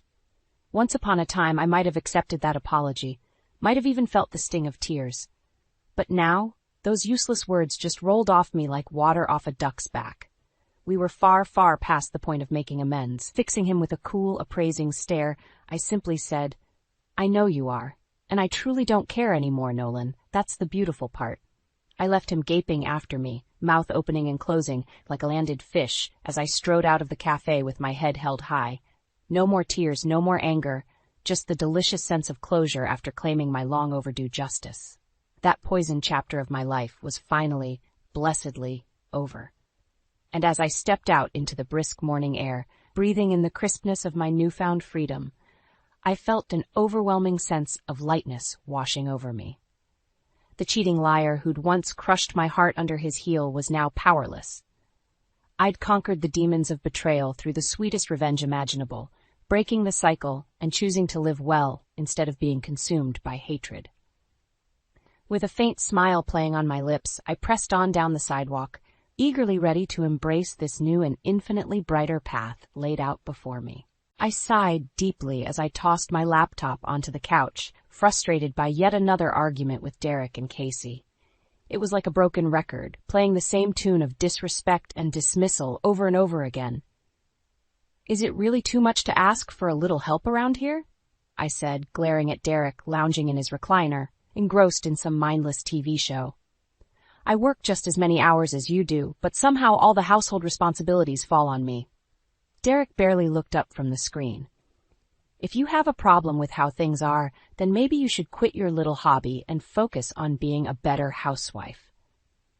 My blood boiled at his condescending remark. "My little hobby is a successful freelance design business that brings in half our income, you ungrateful ass." Casey snickered from the couch, his eyes glued to his phone. "Yeah, but let's be real. Dad's the one with the real job carrying this family." I whirled to face him, my frustration reaching a boiling point. "You've got a lot of nerve, mooching off us while contributing nothing but snarky comments." Derek finally looked up. "Don't talk to my son that way. If you did your job right, he wouldn't have to lift a finger." That was it, the final straw. I grabbed my purse and headed for the door, emotions raging inside me. You know what? I'm done. I'm so damn tired of being disrespected and taken for granted in my own home. "Where are you going?" Derek called out, a hint of surprise in his voice. I paused at the door, turning to face them both with a defiant glare. "Somewhere I'm appreciated. Don't bother calling until you've learned to value everything I do for this family." With that, I stormed out, slamming the door behind me. No more being a doormat. From now on, they were going to realize exactly how much I contributed, and just how invaluable I truly was. I pulled into the parking lot of the Bluebird Motel, a small establishment on the edge of town. It wasn't the Ritz, but it would serve its purpose, providing me a quiet refuge to work and gather my thoughts after that disastrous argument. As I entered the modest room, I tossed my bag on the bed and opened my laptop, desperate to meet the looming deadline for my latest design project. With a deep breath, I tried to push aside the swirl of emotions and focus on the task at hand. But my mind kept drifting back to the years of being dismissed and disrespected by Derek and Casey. All the nights I stayed up late, burning the midnight oil to meet client demands while still handling all the household responsibilities. The endless loads of laundry, grocery shopping, meal prepping, tasks that went completely unappreciated by my so-called family. Tears of anger and hurt stung my eyes as I recalled Derek's callous words, reducing my thriving design career to a mere hobby. As if the income I brought in wasn't just as vital as his paycheck in keeping our household afloat. And Casey was no better, content to leech off our hard-earned money while mocking my contributions. The smug entitlement radiating from that spoiled brat made my blood boil. No more. I was done being the unsung hero, the unappreciated workhorse of the family. If they couldn't see my value, I'd make them feel the impact of my absence, and they'd be damn sorry they took me for granted. With renewed determination, I attacked the design project, pouring all my frustration and pent-up resentment into creating something truly exceptional for my client. I'd show them all what a little hobby could achieve when passion and talent joined forces. By the time the first rays of dawn peeked through the curtains, I had put the finishing touches on what might be my best work yet. A small, satisfied smile crossed my lips as I hit send on the file. "That's just a taste of what you've been overlooking, fellas," I muttered under my breath. "Get ready, because you haven't seen anything yet." After basking in the satisfaction of delivering a stellar project, I turned my attention to the next phase of my plan. It was time for Derek and Casey to truly feel the impact of my absence. With a few taps on my laptop, I remotely canceled the utility payments and halted the automated grocery and household supply orders. A twisted smile crossed my lips as I pictured the chaos that would soon unfold back at the house. Sure enough, within a couple of days, my phone started blowing up with angry texts and calls from Derek. "Reagan, what the hell? The power and water just got shut off." I let the call go to voicemail, ignoring his demands for an explanation. Then came a barrage of texts from Casey. Yo, did you forget to pay the bills again? Real nice, we have no Wi-Fi now. As the days passed, the messages grew increasingly desperate. Seriously, babe, let's talk this out. The house is a mess and we're out of food. Mom, I can't even do my laundry. This is getting ridiculous. Part of me relished in their rising panic and dependence on the order I used to maintain so effortlessly, but I remained stoic, unmoved by their pleas. Finally, after nearly a week of radio silence from me, Derek showed up at the motel room, his face flushed with anger. Open up, Reagan. I know you're in there. I cracked the door open, eyeing him coolly. What do you want, Derek? Cut the crap and come home. This little tantrum of yours has gone far enough. I laughed derisively. Tantrum? I'm simply giving you both a glimpse of what life is like without me handling everything. Derek's eyes narrowed. So what, you're holding the household hostage? Real mature, Reagan. Don't act so shocked, I shot back. You'd think after all these years of me running the show, you'd have a little more appreciation for everything I do. To my satisfaction, Derek's bravado faltered, seemingly at a loss for words. Don't worry, I continued. I'm happy to restore order and make your life comfortable again. But first, you're going to start showing me the respect I deserve around here. With that, I shut the door in his stunned face, leaving him to stew in the disarray he once took for granted. A couple days after my confrontation with Derek at the motel, I decided to pay my mother, Vivian, a visit. I needed a break from the escalating tensions with my husband and stepson, and her place had always been a peaceful refuge. Honey, it's so good to see you, she said as she ushered me inside, though I wish it were under better circumstances. She gave me a concerned look. Derek called, ranting about you refusing to come home. What's going on? I sighed, plopping down on her well-worn couch. The usual, Mom, me doing everything while he and Casey treat me like a glorified maid. I shook my head. I finally put my foot down, and now they're feeling the consequences. Vivian pursed her lips but didn't argue. She knew better than anyone the disrespect I'd endured from my family over the years. As we chatted, my eyes drifted to a battered cardboard box tucked in the corner of her living room. What's all that? I asked, nodding towards it. Oh, just some old papers and mementos, she replied with a dismissive wave. I was going through the attic and found it mixed in with your father's things. My curiosity was piqued, and I rose to take a closer look. Vivian didn't object as I began sifting through the box's contents, a jumbled assortment of letters, receipts, and other documents. That's when I spotted it, a stack of banking statements and overdue notices from several credit card companies, all addressed to Derek. Mom, what is all this? I asked, a sinking feeling in my gut. Vivian peered over my shoulder at the papers. I'm not sure, dear. Your father never mentioned anything about money troubles. As I examined the documents more closely, it became disturbingly clear that Derek had been hiding massive debt from reckless gambling by the looks of it. And based on the dates, this had been going on for years, long before we'd even met. Anger and betrayal lanced through me as I realized he must have been siphoning funds from our joint accounts to cover his losses and avoid collections. Memories flashed of all the times I'd carefully budgeted for household expenses, only to have my figures thrown off with no explanation. My hands shook as I gathered up the damning paperwork. That lying, cheating bastard! Vivian's eyes widened at the venom in my voice. Reagan, what's going on? I took a deep breath, steadying myself as I rose. Just found another reason to stick it to Derek, that's all. I marched out of her house, plans for revenge taking shape in my mind. Derek wanted to see how valuable I was to our household? Well, I was about to demolish his world, starting with the crumbling financial facade he'd worked so hard to maintain. Armed with the evidence of Derek's deceit, I felt a renewed sense of determination. It was time to take my revenge to the next level and really make him squirm. I marched back to the house, the box of incriminating documents tucked under my arm. To my surprise, the front door was unlocked. Clearly, Derek had grown complacent in my absence. You've got a lot of nerve showing your face here, Derek spat as I barged into the living room. Casey looked up from his phone, eyes widening. Hey, Reagan? I ignored them both, dropping the box onto the coffee table with a thud. You want to know why I've been refusing to come home? Take a look. Derek frowned as he riffled through the papers, but his expression quickly morphed into one of horror. "Where did you get these?" he hissed. "Oh, from your stash of secrets you've been hiding all these years," I countered. "Nice gambling habit, by the way. Been having fun blowing through our savings?" Casey's brow furrowed in confusion. "Wait, what's going on?"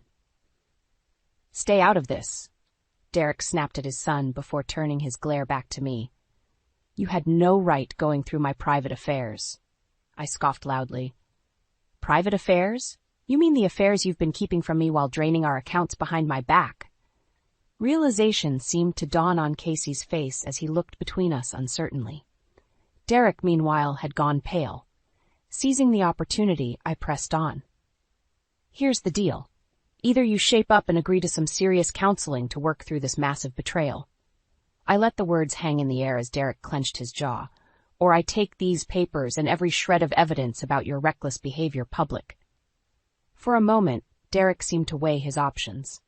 His jaw twitched as his gaze flickered between me and the documents. "You're bluffing," he finally said, though his tone lacked conviction. "Am I?" I challenged, stepping closer until I was nose to nose with him. "After all these years of me covering for you, playing the dutiful wife while you ran around like a selfish child? I'm done with your crap, Derek. It's time to face the consequences." Derek opened his mouth to respond, but seemed to think better of it. A tense silence stretched between us, the air thick with unspoken anger and resentment. Finally, Casey cleared his throat. Maybe you guys should just, go to that counseling thing?" His expression was almost pleading as he looked imploringly at his father. Derek's nostrils flared, and I could see the war raging behind his eyes, pride battling pragmatism. With a decisive sneer, he seemed to make his choice. "Forget it," he spat, whirling on his heel and storming out of the room, leaving a stunned Casey gaping after him. A cold smile crept across my lips. If Derek thought this was the end, he was sorely mistaken. I was just getting started. Derek's obstinate refusal to face his issues and attend counseling was the final straw. If he wanted to cling to his misguided pride, so be it, but he wouldn't be dragging me down with him any longer. It was time to expose him for the deceitful, reckless man he truly was. I spent the next few days meticulously gathering evidence, documentation, and personal accounts that portrayed Derek's shameful behavior. With a little creativity and some slick graphic design work, I crafted a damning expose that left no room for doubt regarding his gambling addiction and shady financial dealings. Finally, I took to social media and various community forums, blasting out the incriminating compilation far and wide. Within hours, the reactions began pouring in. "Oh my God, I had no idea the Moros were dealing with this. Derek always seemed like such a stand-up guy. This is horrible. How could he do this to his wife and family? Disgusting." I watched with grim satisfaction as Derek's meticulously crafted public image crumbled in the wake of his hidden indiscretions being aired for all to see. But I didn't stop there. No, Derek's humiliation would be complete. Leveraging my finely honed marketing skills, I launched a promotional campaign for my design business that highlighted my personal journey of perseverance and self-empowerment. Inspirational graphics, uplifting messaging, and carefully selected testimonials from clients painted a portrait of the talented, resilient woman I was, in stark contrast to the disgraced scoundrel I'd endured for far too long. Within days, my social media was ablaze with an outpouring of support and admiration. New business inquiries flooded my inbox, and my following skyrocketed as people rallied behind the heartwarming story of my professional triumph over personal adversity. Amidst the whirlwind of attention, I received a call from Derek. His voice was low, seething with impotent rage. "You're ruining me," he growled. "Is that what you want? To see your husband lose everything while you bask in the spotlight?" A cold smile crossed my lips as I reveled in his pain. "I want the world to see the truth about who you really are," I replied evenly. "As for me, I'm simply rising from the shadows you kept me trapped in and shining a light on my own worth." There was a pause, then Derek exhaled a shuddering breath. "You're going to regret this," he grated out, then abruptly hung up. But as I surveyed the overwhelming positivity surrounding my newly empowered image, I felt nothing but vindicated resolve. Derek had sown the seeds of his own demolition. I was simply the one bold enough to finally reap what he deserved. In the aftermath of my explosive revelations about Derek's misdeeds, the fallout was even more satisfying than I could have imagined. His reputation in tatters, he became a pariah, the subject of gossip and disdainful whispers wherever he went. But the true coup de grace was his rapidly deteriorating financial situation. Once the creditors realized Derek's web of lies had been exposed, they wasted no time unleashing the force of their collections efforts. Suddenly, all those gambling debts he'd been frantically juggling came crashing down in one fell swoop. It wasn't long before Derek was knocking at my door again, this time with a very different demeanor. Gone was the arrogant bluster, replaced by the pathetic, almost groveling air of a man watching his life unravel. "Reagan," he began, his voice uncharacteristically meek. "You've made your point. You win, okay? I was wrong and I screwed up badly." I folded my arms and eyed him coolly, unmoved by his obvious attempt to play on my sympathies. "What do you want, Derek?" he sighed, rubbing a hand over his face warily. "I need you to come home. Help me straighten this nightmare out before I lose everything." A harsh laugh escaped my lips. And why exactly would I do that, after all the lies, the deceit, the blatant disrespect? I shook my head slowly. "No, you made this bed, Derek. Time to lie in it." Frustration flickered across his features. "Don't be unreasonable, Reagan. Our lives, our finances, everything is intertwined. If I go under, it'll drag you down too." "Maybe you should have thought about that before gambling away our future," I countered flatly. Derek opened his mouth, no doubt, to offer another guilt-ridden appeal, but was cut off by an unexpected voice. "She's right, you know." We both turned to see Casey emerging from the shadows. His expression hardened. "You only have yourself to blame for this whole disaster."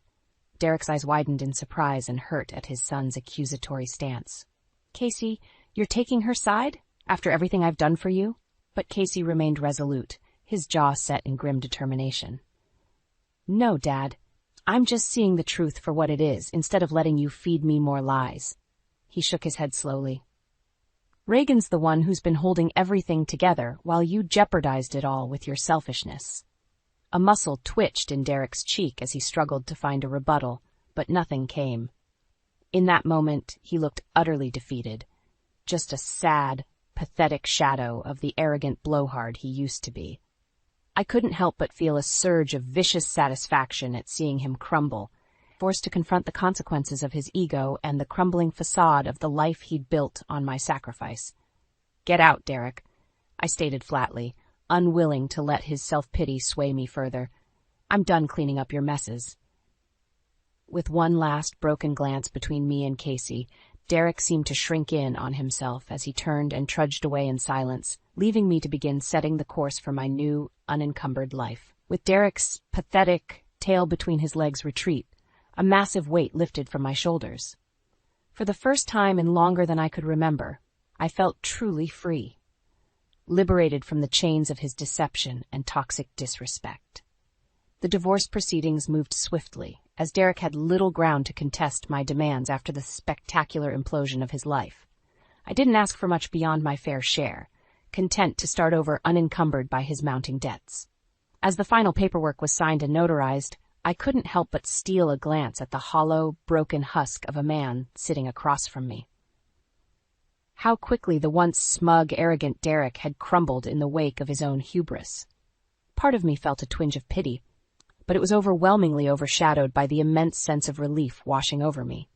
"This is really what you want?" he asked, his voice barely above a mumble as he stared blankly at the divorce decree. I met his gaze levelly, my jaw set in firm resolution. "It's what I deserve, Derek, to finally be free of your lies and disrespect." He opened his mouth as if to protest further, but seemed to think better of it. With a slow, resigned nod, he scribbled his signature and pushed the papers back across the table. Just like that, it was officially over between us. I was a new woman, unshackled from the unhealthy dynamic that had stifled me for far too long. In the days that followed, I wasted no time in beginning my new chapter. The money from my divorce settlement, combined with the windfall of new business from my viral campaign, allowed me to purchase a cozy 2-bedroom house just outside the city. Simple but chic, it was the perfect fresh start, tailored to my solo needs.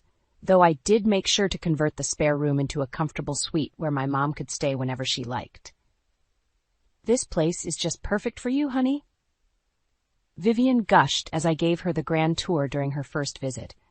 A warm, proud smile crinkled the corners of her eyes as she pulled me into a tight embrace. "I'm so incredibly proud of the way you stood up for yourself." I hugged her back fiercely, basking in the swell of emotion brought on by her unconditional support and my newfound independence. For the first time in ages, I felt complete, self-assured, and in control of my own destiny. Over the following weeks, I settled into my new home and routines with a vigor and optimism I hadn't experienced in years. Each morning, I'd wake up energized, ready to dive headfirst into a new slate of exciting design projects and business opportunities. And in my downtime, I'd look around my little sanctuary, the cozy living room adorned with hand-picked decor, the sunlight streaming through the windows, and smile contentedly. This was my hard-earned reward, a tangible manifestation of the strength and resilience I never knew I possessed. The old Reagan, who meekly accepted disrespect in the name of keeping the peace, was gone forever. In her place stood a self-assured woman who understood her immense value and self-worth, a woman who refused to spend another day in the shadows of an ungrateful partner. And as I reflected on the tumultuous journey that led me to this new beginning, I silently vowed to never let anyone or anything dull that inner fire again. During a supposedly casual family dinner, the mood shifted when Marcella, my sister-in-law, casually announced, "So I lost my apartment. Guess I'll be crashing with you guys for a while." She flashed a smirk at my husband, Darius, as if they had already discussed this without me. I stared at her, dumbfounded. "Excuse me?" Marcella shrugged nonchalantly. "Don't worry, I'm a great roomie. I'll just take the master bedroom since it's the biggest." My jaw dropped as Darius gave me an apologetic look. "Marcella, we didn't agree to that. You can't just invite yourself into our home." "Oh, come on, sis," she scoffed, her tone already grating. "Where else am I supposed to go? You wouldn't leave your favorite sister out on the streets, would you?" Before I could protest further, Marcella had already started hauling her belongings through the front door, dumping boxes and suitcases haphazardly in our living room. It was like a hostile takeover of my own home. Darius tried to play peacemaker. "Alara, maybe we can let her stay for a little while, just until she gets back on her feet." I shot him an incredulous glare. This was our house, our sanctuary. How could he agree to this unwanted invasion without consulting me first? Marcella caught my expression and laughed. "Relax. Teach. It's not like I'm a slob or anything. I'll clean up after myself." Her eyes danced with amusement as she added, "most of the time." That night, as I lay awake staring at the ceiling, I couldn't shake the sinking feeling that my peaceful life had just been upended. Little did I know this was only the beginning of a long, treacherous road ahead. True to her word, Marcella wasted no time making herself at home, a little too at home for my liking. Within days, her clothes and personal items were strewn about the house, as if she owned the place. Whenever I tried enforcing basic rules of courtesy, like cleaning up after herself, she'd blow me off with a dismissive, yeah, or an insincere, "Sure, Mom." Darius remained infuriatingly passive, which only emboldened Marcella's entitled behavior. "She's just going through a rough patch," he'd say. "Cut her some slack." One morning, I noticed several $20 bills missing from my wallet. When I confronted Marcella about it, she scoffed. "You're accusing me of stealing? Real classy, Alara." "Then where did the money go?" I pressed, my voice trembling with anger. "Maybe you just misplaced it," Darius chimed in, ever the mediator. "No need to make accusations." I shot him an incredulous look. Was he really taking her side? Marcella simply shrugged and sauntered off, leaving me fuming. Over the following weeks, I noticed more and more money disappearing from our joint accounts and my personal stash. Darius remained oblivious, or perhaps willfully ignorant. Whenever I brought up the missing funds, Marcella would expertly deflect and manipulate the conversation until I felt like the irrational one for even questioning her. "You're always nagging me about something," she snapped one day as I confronted her about another missing 20. "No wonder Darius is so stressed all the time." I opened my mouth to retort, but Darius cut me off. "Enough, you two.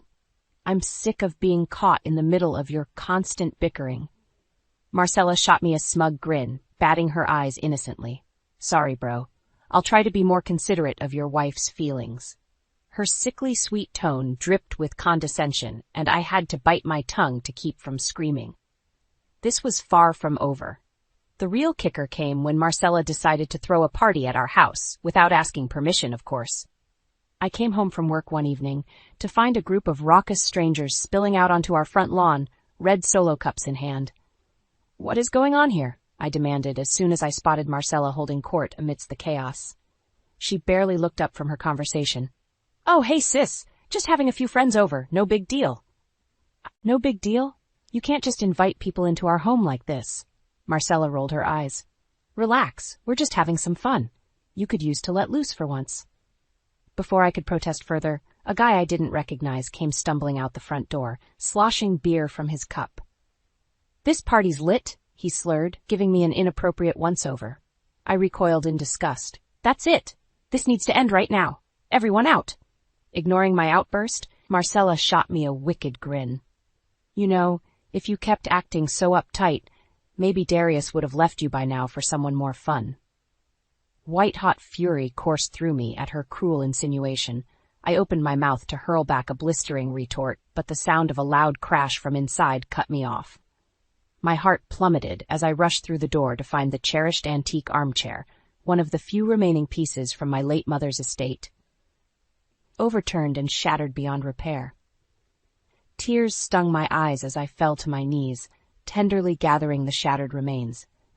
This had been one of Mom's most prized possessions, and these drunken idiots had destroyed it without a second thought.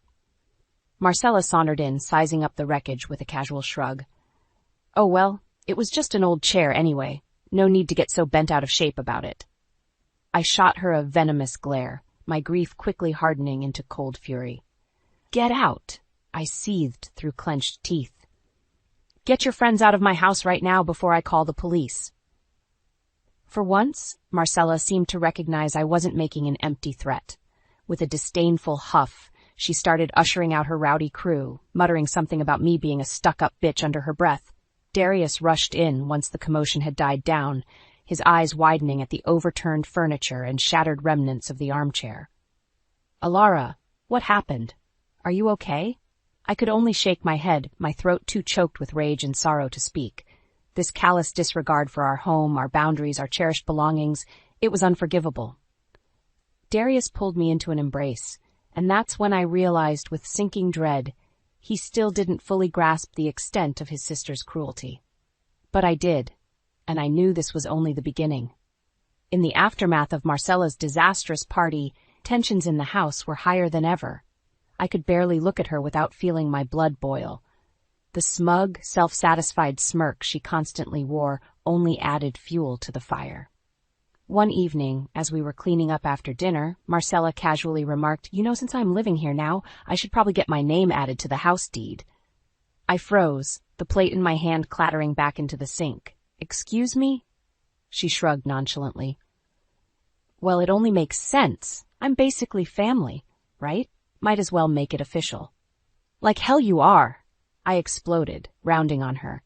"This is our home, Darius and I. You're just a freeloader taking advantage of us." Marcella feigned an expression of wide-eyed innocence. "Darius, she's not seriously suggesting I'm a freeloader, is she? You know I'm good for it if you ever need help with the mortgage or anything." I whirled on my husband, desperate for him to take my side for once.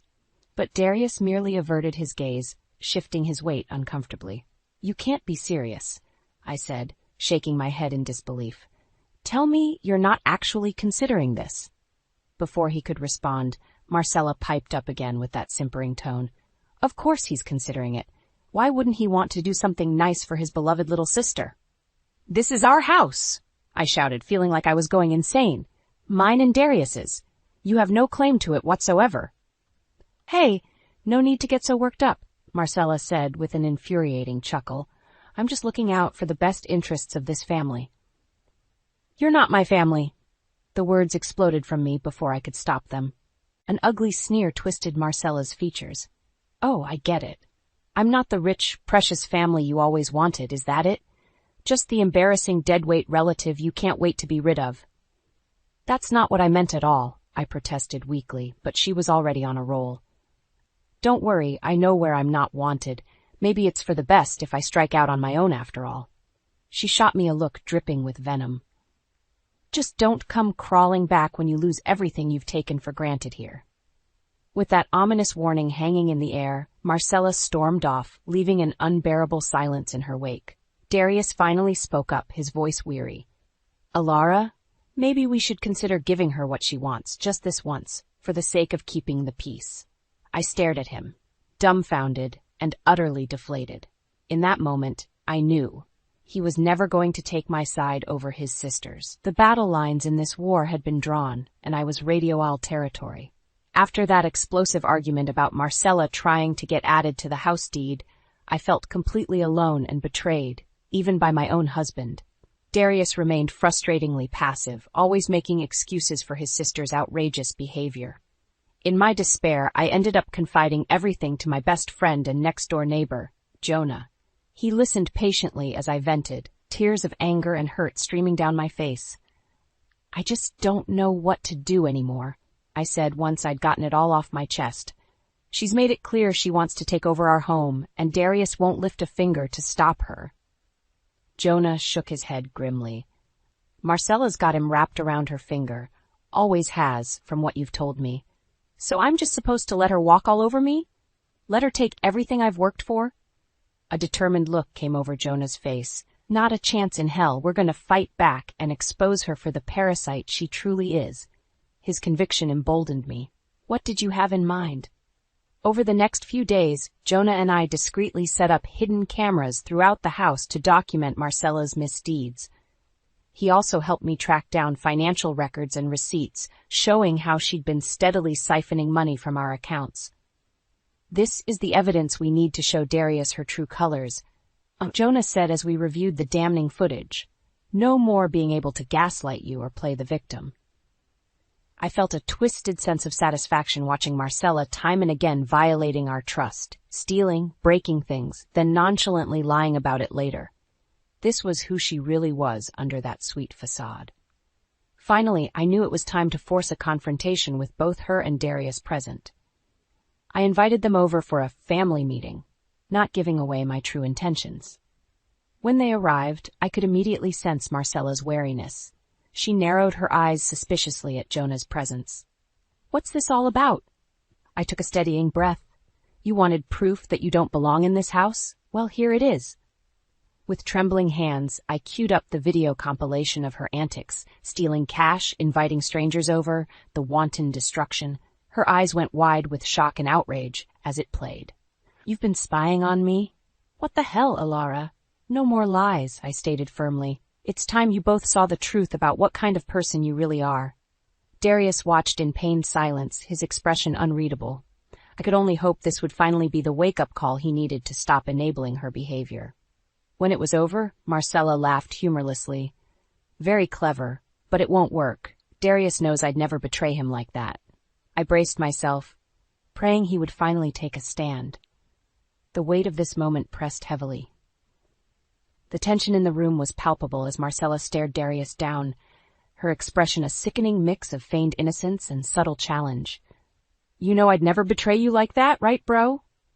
For a few agonizing moments, Darius didn't respond. He simply watched the damning video evidence with an unreadable expression.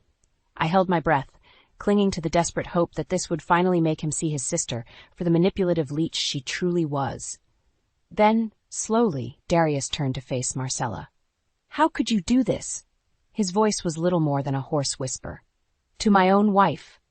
Relief washed over me. He was taking my side at last. But Marcella simply scoffed, rolling her eyes dramatically. Oh, come on. Like you're so innocent in all this. You've been standing by letting your shrill harpy of a wife walk all over me from day one. Don't you dare talk about her like that.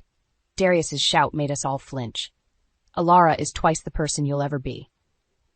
For the first time since I'd known her, Marcella looked momentarily shaken, but she quickly recovered with a contemptuous sneer. Yeah, go ahead and take her side as always, like either of you have a clue about real family loyalty. This has nothing to do with loyalty, I exploded, unable to contain myself any longer. You've been freeloading off us, stealing from us, disrespecting us in our own home." Marcella whirled on me, her eyes glittering with venom. "Disrespecting you? This coming from the woman who's been treating me like a burden from the second I stepped foot in this place? Because that's exactly what you are." The words burst forth, harsher than I intended, but too late to take back. A selfish, entitled leech who thinks she can just take whatever she wants from us without giving anything in return. A tense silence fell over the room. Marcella opened her mouth, no doubt to spit out a scathing retort, but seemed to think better of it. Her gaze flicked briefly over to where Jonah stood silently observing, his phone gripped in his hand. A look of realization flickered across her face. With an overly dramatic huff, Marcella spun on her heel and stormed out, knocking over a vase on her way that shattered across the floor. Darius made no move to stop her, his shoulders sagging in apparent exhaustion. I'm so sorry, Alara," he murmured, not quite meeting my eyes. "You were right all along. I should have listened and put a stop to this sooner." I wanted to feel vindicated, but the wound of his betrayal still stung too sharply. Before I could form a response, Jonah cleared his throat, holding up his phone with a grim look. "Don't worry, I got her little tantrum on camera, too. Once this inevitably goes public, that'll be the final nail in her reputation's coffin." I could only nod numbly, because no matter how much satisfaction I might feel at having finally exposed Marcella's scheme, nothing could undo the painful truth. She had driven an irreparable wedge between Darius and me. True to Jonah's prediction, within a matter of days, the video exposing Marcella's misdeeds had gone viral online. I wasn't sure if he had leaked it himself, or if one of Marcella's so-called friends had spread it in an act of petty revenge, but the result was the same. Her deplorable behavior was on full display for the whole world to see. I'll admit, there was a perverse sense of satisfaction watching the clip of her unhinged meltdown rack up millions of views, along with a tsunami of scathing comments calling her out as the entitled parasite she was. "The mask finally slipped, huh?" Jonah remarked as we scrolled through the deluge of reactions. "People are seeing her for the real piece of work she is." My satisfaction was short-lived, however, as the backlash steadily intensified over the following days. Protesters began gathering outside our home, denouncing Marcella in the harshest of terms and demanding she face consequences. "This is getting out of hand," Darius said nervously as the raucous crowds showed no sign of letting up. I could only shrug, numb to it all. She brought this on herself. That's when Marcella finally resurfaced, storming back into the house in a whirlwind of fury. "You happy now?" she raged, tears of rage streaking her blotchy face. "You just had to try and humiliate me to the world, didn't you?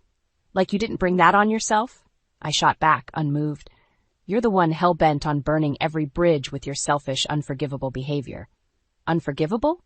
She let out a bark of deranged laughter. "You want to see unforgivable?" Before I could react, Marcella grabbed the nearest object, a heavy ceramic vase, and flung it straight at me with startling force. I barely had time to flinch before the solid mass struck my temple, unleashing a searing wave of blinding pain and darkness. The next thing I remember was gradually regaining consciousness to see Darius restraining a still hysterical Marcella while Jonah hovered over me, calling an ambulance. Blood trickled warmly down my face from the ragged gash in my head. "Why?" I croaked out in a daze. "Why would you do this?" For a moment, a flicker of anguished regret passed over Marcella's face, but it was quickly snuffed out, her eyes hardening into cold callousness once more. "Because I warned you there would be consequences for trying to take everything away from me," she spat out in a tone of chilling finality. "And this is just the beginning if you don't back off." The ominous vow hung heavy in the air, even as the wail of approaching sirens signaled this sickening conflict was about to be thrust into an even harsher spotlight. As I slipped back into the blissful darkness, one fact became terribly clear. No home was safe with Marcella in it, not for me, or anyone else she deemed an obstacle to be eliminated by any means necessary. In the aftermath of Marcella's violent attack, everything changed. The trust and foundations of our marriage had been shattered beyond repair by her unforgivable actions. As I recovered from my injuries, Darius and I knew we could no longer go on living under the same roof as his unhinged sister, not after the terror and threats she unleashed. We filed a restraining order immediately, but the metaphorical scars cut far deeper. "I'm so sorry, Alara," Darius said for what felt like the 1,000th time. Regret and shame were etched into the worry lines on his face. I never imagined she could become so monstrous. I said nothing, unable to offer absolution just yet. My mind still replayed those harrowing moments on an endless loop. Marcella's twisted snarl as she hurled that vase, the sickening impact, her vile parting words. Some betrayals cut too deep to simply forgive. The financial and legal fallout was another nightmare altogether. Changing all the deeds, accounts, and updating our wills to permanently excise Marcella. It was a lengthy, draining process designed to fortify every possible vulnerability she could try to exploit. We didn't stop there either. Thanks to Jonah's quick thinking in capturing that fateful confrontation, Marcella's criminal assault was a matter of public record. We leveraged that into investing in state-of-the-art home security. Cameras, alarm systems, the full works. If she ever thought about coming near us again, we'd be ready. By the time we got the all clear to return home, it was as if a miasma had been lifted. No longer did we have to tiptoe around Marcella's dizzying sense of entitlement. The house was ours again, a sanctuary finally rid of her toxic presence. As a symbol of our reclamation, we held a massive yard sale and unceremoniously sold off every last belonging Marcella had brazenly dragged into our home during her occupation. Darius and I watched with grim satisfaction as her clothes, knickknacks, and cheap furnishings were picked over and hauled away by strangers. I'll never forget the palpable relief I felt as that final decrepit recliner, the last remaining trace of her squatting, was hoisted onto the truck of some lucky bargain hunter. "We made it through the worst of it," Darius murmured, slipping his hand into mine. His grip was warm, reassuring. "Our home is ours again." I gave his fingers a grateful squeeze, finally allowing myself to release the resentment and anger that had festered for so long. Whatever challenges still lay ahead, one thing was certain, that poisonous influence was exorcised from our lives for good. As the moving truck rumbled away with Marcella's sad collection of rejects, I inhaled the crisp spring air deeply. It carried the refreshing scent of new beginnings, of reclaimed happiness just waiting to blossom again. Our home was a sanctuary once more, and this time nothing and no one would ever be allowed to violate that sanctity again. I couldn't believe my eyes when I saw Damon standing on my doorstep after all these years. My prodigal son, who had stormed out of my life a decade ago, was back, and he wasn't alone. A young woman clung to his arm, her sharp eyes scanning my modest home with thinly veiled disdain. "Mom," Damon said, his voice devoid of warmth. "This is Elsie, my wife." Before I could respond, he barreled on. "I've hit a rough patch, lost my job, my house, everything. We need a place to stay, just for a little while." My heart sank. The last time I'd seen Damon, we'd had a bitter argument over his reckless choices. He blamed me for his troubles and stormed out, vowing never to return. Now, here he was, seeking refuge under my roof once more. Hesitantly, I stepped aside to let them in. Elsie wrinkled her nose at the modest furnishings, her perfectly manicured nails tapping against her designer handbag. "It's not much, but it's home," I offered, my voice strained. Damon shrugged, already making himself comfortable on my worn sofa. "It'll have to do for now." As I showed them to the spare room, I couldn't shake the feeling that their arrival signaled the start of a new storm brewing on the horizon. Over the next few days, tensions simmered beneath the surface. Damon criticized my frugal lifestyle at every turn, while Elsie made snide comments about my outdated belongings. "Don't you ever splurge on anything nice for yourself, Mom?" Damon had asked, eyeing my well-loved armchair with disdain. Before I could respond, Elsie chimed in, "Or maybe she's just too stingy to treat herself." Their words cut deep, reopening old wounds from our past conflicts. I found myself wondering if inviting them into my home had been a terrible mistake. One evening, as I passed by their room, I overheard hushed whispers that made my blood run cold. "Once we've got her worn down, she'll be putty in our hands," Elsie murmured. Damon's response was muffled, but I caught the gist. They were plotting to take over my house, to manipulate me into handing over the only thing I had left in this world. Tears stung my eyes as I retreated to my bedroom, the weight of their betrayal settling heavily on my shoulders. These weren't the actions of a son seeking refuge. This was a calculated ploy, and I was the target. As I lay awake that night, steeling my resolve, I vowed to fight back against their deceit. If Damon and Elsie thought they could waltz back into my life and strip me of everything, they had another thing coming. The battle lines were drawn, and I would do whatever it took to protect what was rightfully mine, even if it meant going to war with my own flesh and blood. In the days that followed, Damon and Elsie's true colors began to show. Their disdain for my modest lifestyle grew more apparent with each passing day, and the once hushed whispers gave way to blatant disrespect. "This house is a dump," Damon scoffed one morning as I prepared breakfast. "How can you stand living like this, Mom?" Elsie chimed in, her perfectly glossed lips curling into a sneer. "Yeah, it's like you're stuck in the past or something." I bit my tongue, refusing to take the bait, but their words stung nonetheless, reigniting old feelings of inadequacy and self-doubt. As the weeks wore on, the tension in the house became palpable. Elsie would constantly undermine my authority, questioning my decisions, and making snide remarks about my parenting skills. "Is that really how you're going to handle this, Arlene?" she'd say, her tone dripping with condescension. No wonder Damon left all those years ago. Damon, meanwhile, seemed content to let Elsie do the heavy lifting when it came to needling me.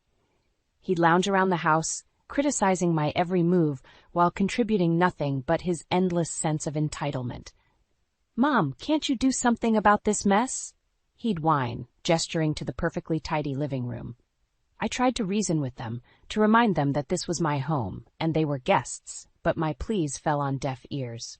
"You should be grateful we're even willing to stay in this dump," Damon spat during one heated argument.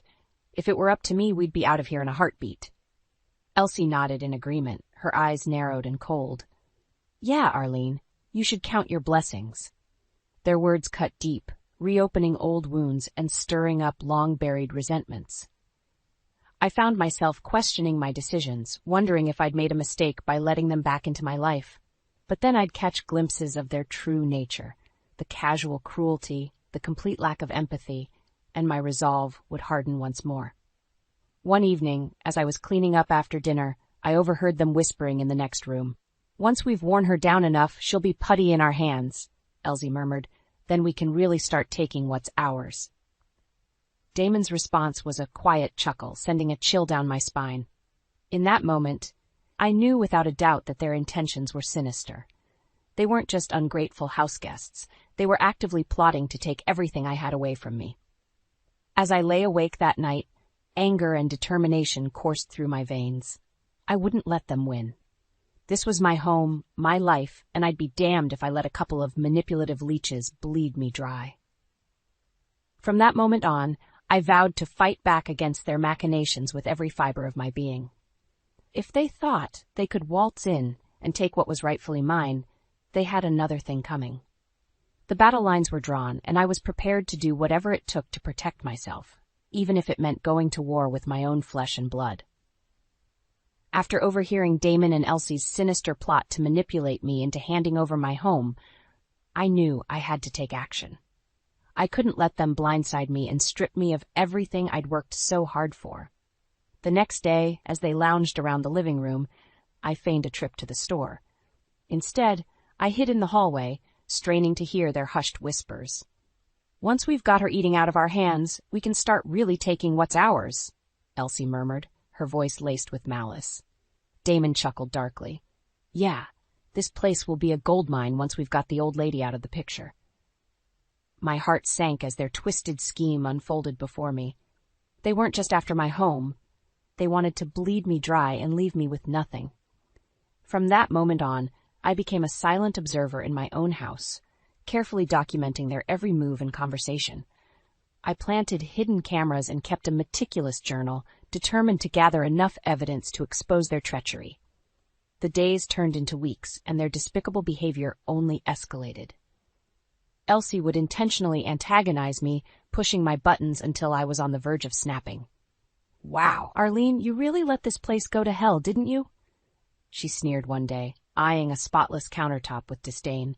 Damon would chime in, his words cutting deep. Yeah, Mom, it's like you've just given up or something. I bit my tongue, reminding myself that every jab, every insult, was just another piece of evidence in my growing arsenal. Then, one fateful afternoon, the final piece of the puzzle fell into place. I was in the kitchen when I heard a commotion coming from my bedroom.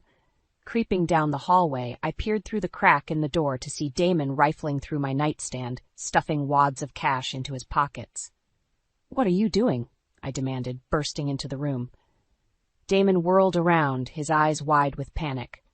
For a moment he froze, caught red-handed. Then his expression hardened. It's not what it looks like, Mom. But it was too late. I'd seen everything. In that moment, the floodgates burst open. All the pent-up anger and resentment came pouring out, fueled by the knowledge that my own son had betrayed me in the most despicable way imaginable. Don't you dare try to lie to me, Damon, I shouted, jabbing a finger in his direction. I know all about your little scheme with Elsie. You really think I'm that naive? Damon's mouth opened and closed, but no words came out. He knew he'd been caught. Get out, I spat, my voice trembling with rage. Both of you, get out of my house and don't even think about coming back. As they scrambled to gather their belongings, I felt a sense of vindication wash over me. They had underestimated me, thinking I was just a feeble old woman they could take advantage of. But I was done being a victim. From now on, the gloves were off, and if they dared to cross me again, they would face the full force of my wrath. After kicking Damon and Elsie out, I thought the worst was behind me. Boy, was I wrong. Those two vipers weren't done sinking their fangs into me just yet. A few days later, I went to withdraw some cash from my savings account, only to find the balance alarmingly low. At first, I chalked it up to a banking error or a momentary lapse in my memory. But as I dug deeper, a sickening realization started to dawn on me. Damon had cleaned me out. That weasel must have gotten his grubby hands on my account information and drained my life savings while he was still living under my roof. The pieces all started falling into place, his constant snooping around my room, the furtive whispers with Elsie late at night. White-hot anger coursed through my veins. I should have known better than to trust that snake, even for a second. He had played me for a fool, preying on my misguided maternal instincts to pull off the ultimate betrayal. I didn't waste any time. The moment the bank opened the next morning, I stormed in and demanded to speak with the manager. After laying out the evidence, they promised to investigate and get to the bottom of the theft. Emboldened, I decided to confront Damon directly. If he thought he could just waltz back into my life, bleed me dry, and disappear without consequences, he had another thing coming. I showed up unannounced at the seedy motel where he and Elsie were holed up, pounding on their door with my fists. "Open up, Damon!"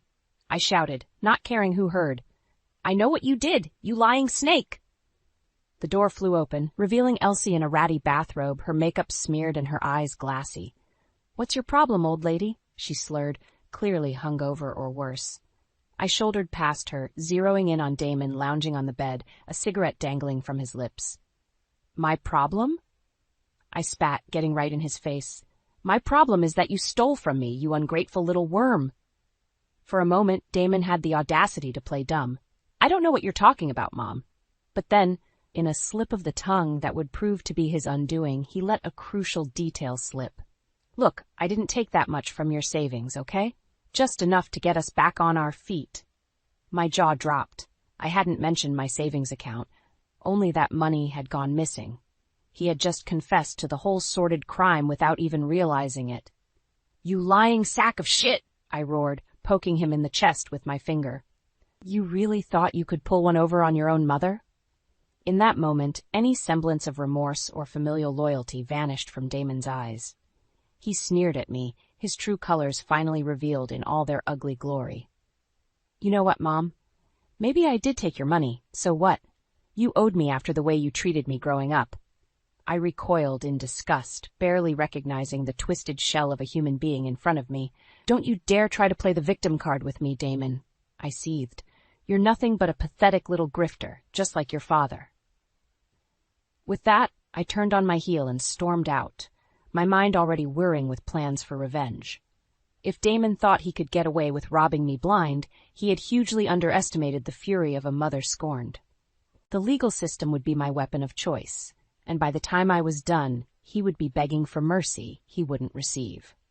After my confrontation with Damon, I knew I needed reinforcements in my battle against those two snakes.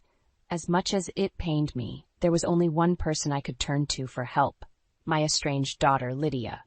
We hadn't spoken in years, not since our last blow-up over Damon's antics, if I'm being honest.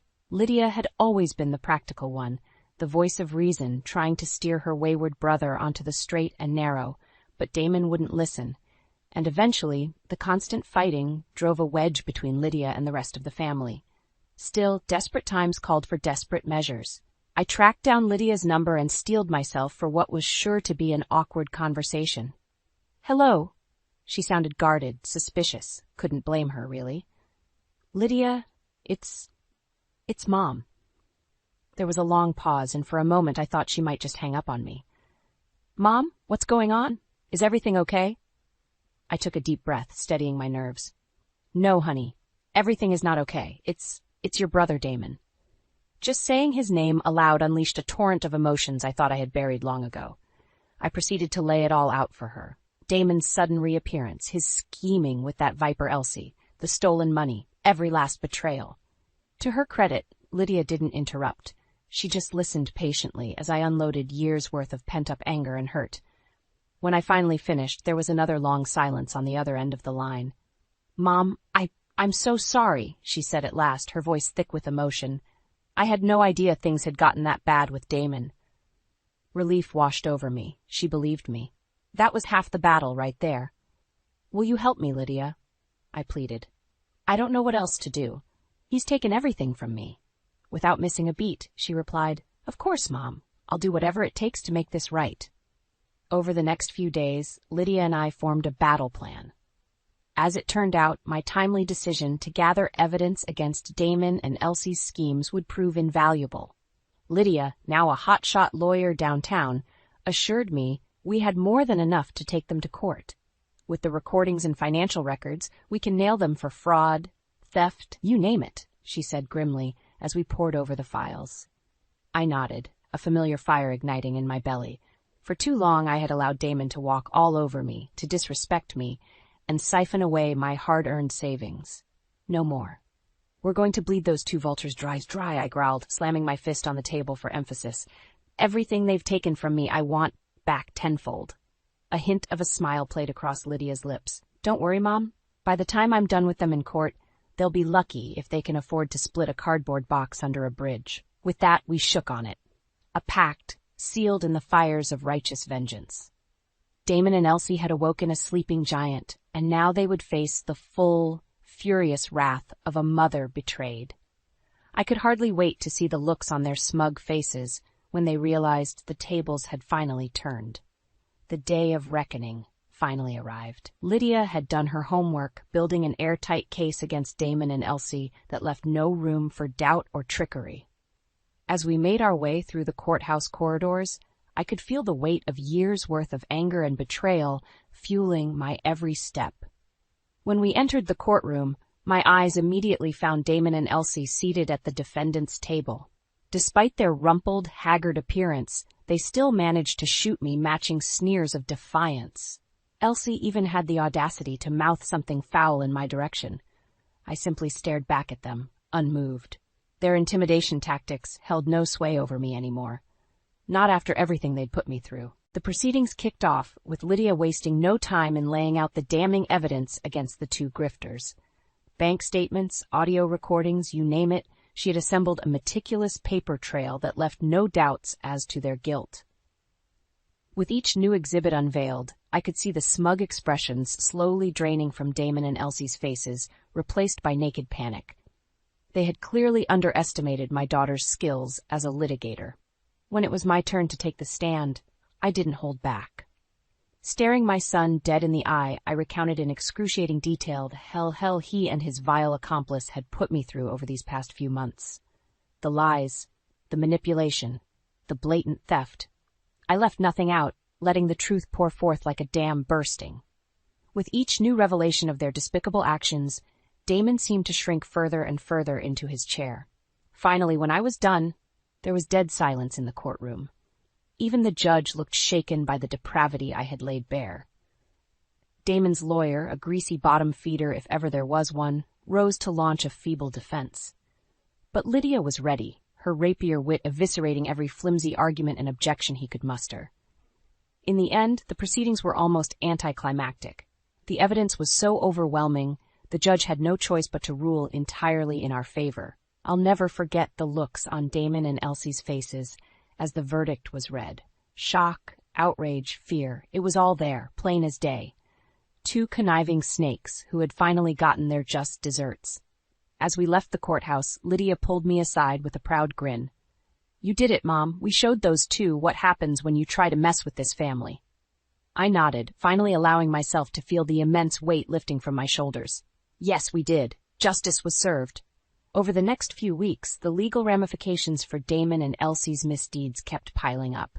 Fines, frozen assets, even potential jail time on the table. But oddly enough, as gratifying as watching them squirm was, it didn't bring me the sense of complete satisfaction I thought it would. No, that came later, when Lydia and I were cleaning out my home office and came across an old family photo. One of the few remaining snapshots of us all together, as a happy family, before everything went so wrong. Hard to believe that's the same Damon who just tried to take everything from you, huh? Lydia mused, her tone tinged with sadness. In that moment, I realized that as much as Damon's betrayal had cut me deeply, a part of me would always grieve for the sweet little boy he once was, the one who used to cling to my leg and call me Mommy. Turning away to dab at my eyes, I made a silent vow to find peace, to resist letting the anger and bitterness consume me any longer. Damon had made his choices, and now he would have to live with the consequences. As for me, I had a second chance, a chance to rebuild and move forward, free from the toxicity he had brought into my life. With Lydia by my side, I knew I had the strength to do just that. Just when I thought Damon and Elsie had been knocked down a peg, fate decided to deliver one final, brutal kick while they were down. About a week after the court verdict, Lydia came banging on my door, eyes wild and lips twisted in self-satisfied smirk. "Mom, you're not going to believe this," she said without preamble, sweeping past me into the living room. I barely had time to blink before she shoved a manila envelope into my hands. "Take a look." Perplexed, I flipped open the file and began rifling through the documents inside.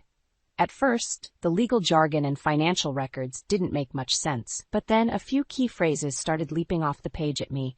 Engaged in fraudulent business practices, cooking the books, money laundering. My jaw dropped as the full weight of what I was reading sank in. Damon, it seemed, had been up to far more shady dealings than just trying to swindle his own mother. This is unbelievable," I stammered, gripping the damning papers with white knuckles. "Where did you get these?" Lydia grinned, radiating the cocky self-assurance that made her such a shark in the courtroom.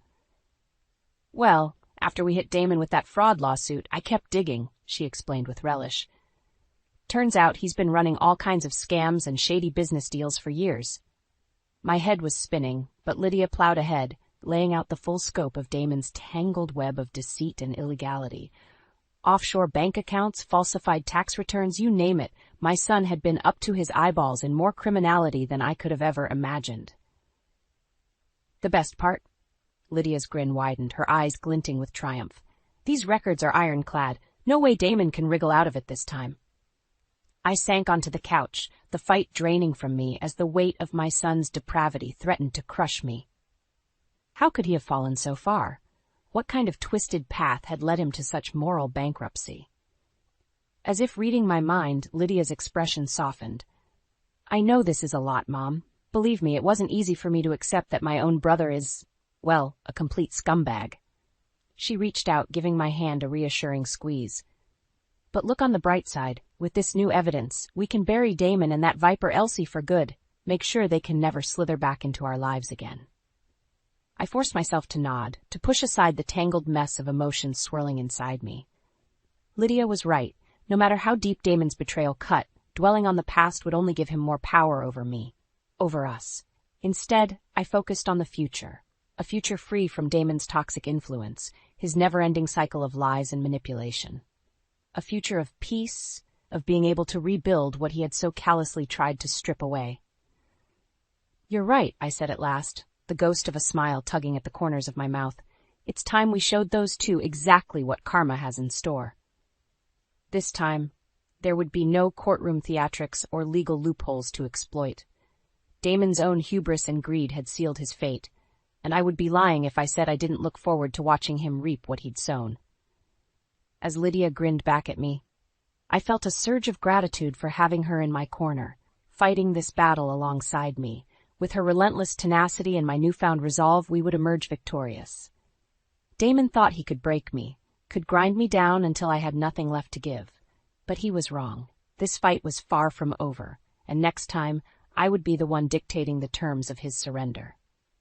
The day Damon and Elsie finally slithered out of our lives for good was one I'll never forget.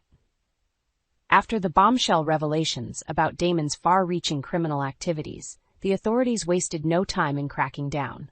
Within days, their assets were frozen, their homes and businesses raided by federal agents. As I watched the mugshots of my disgraced son being paraded across the evening news, a complicated tangle of emotions swirled within me. A part of me felt vindicated, relieved that this poisonous chapter was finally closing. But there was also an undeniable sadness, a grief for the sweet little boy Damon had once been, before greed and moral decay set in. Lydia, ever the pragmatist, had no such mixed feelings.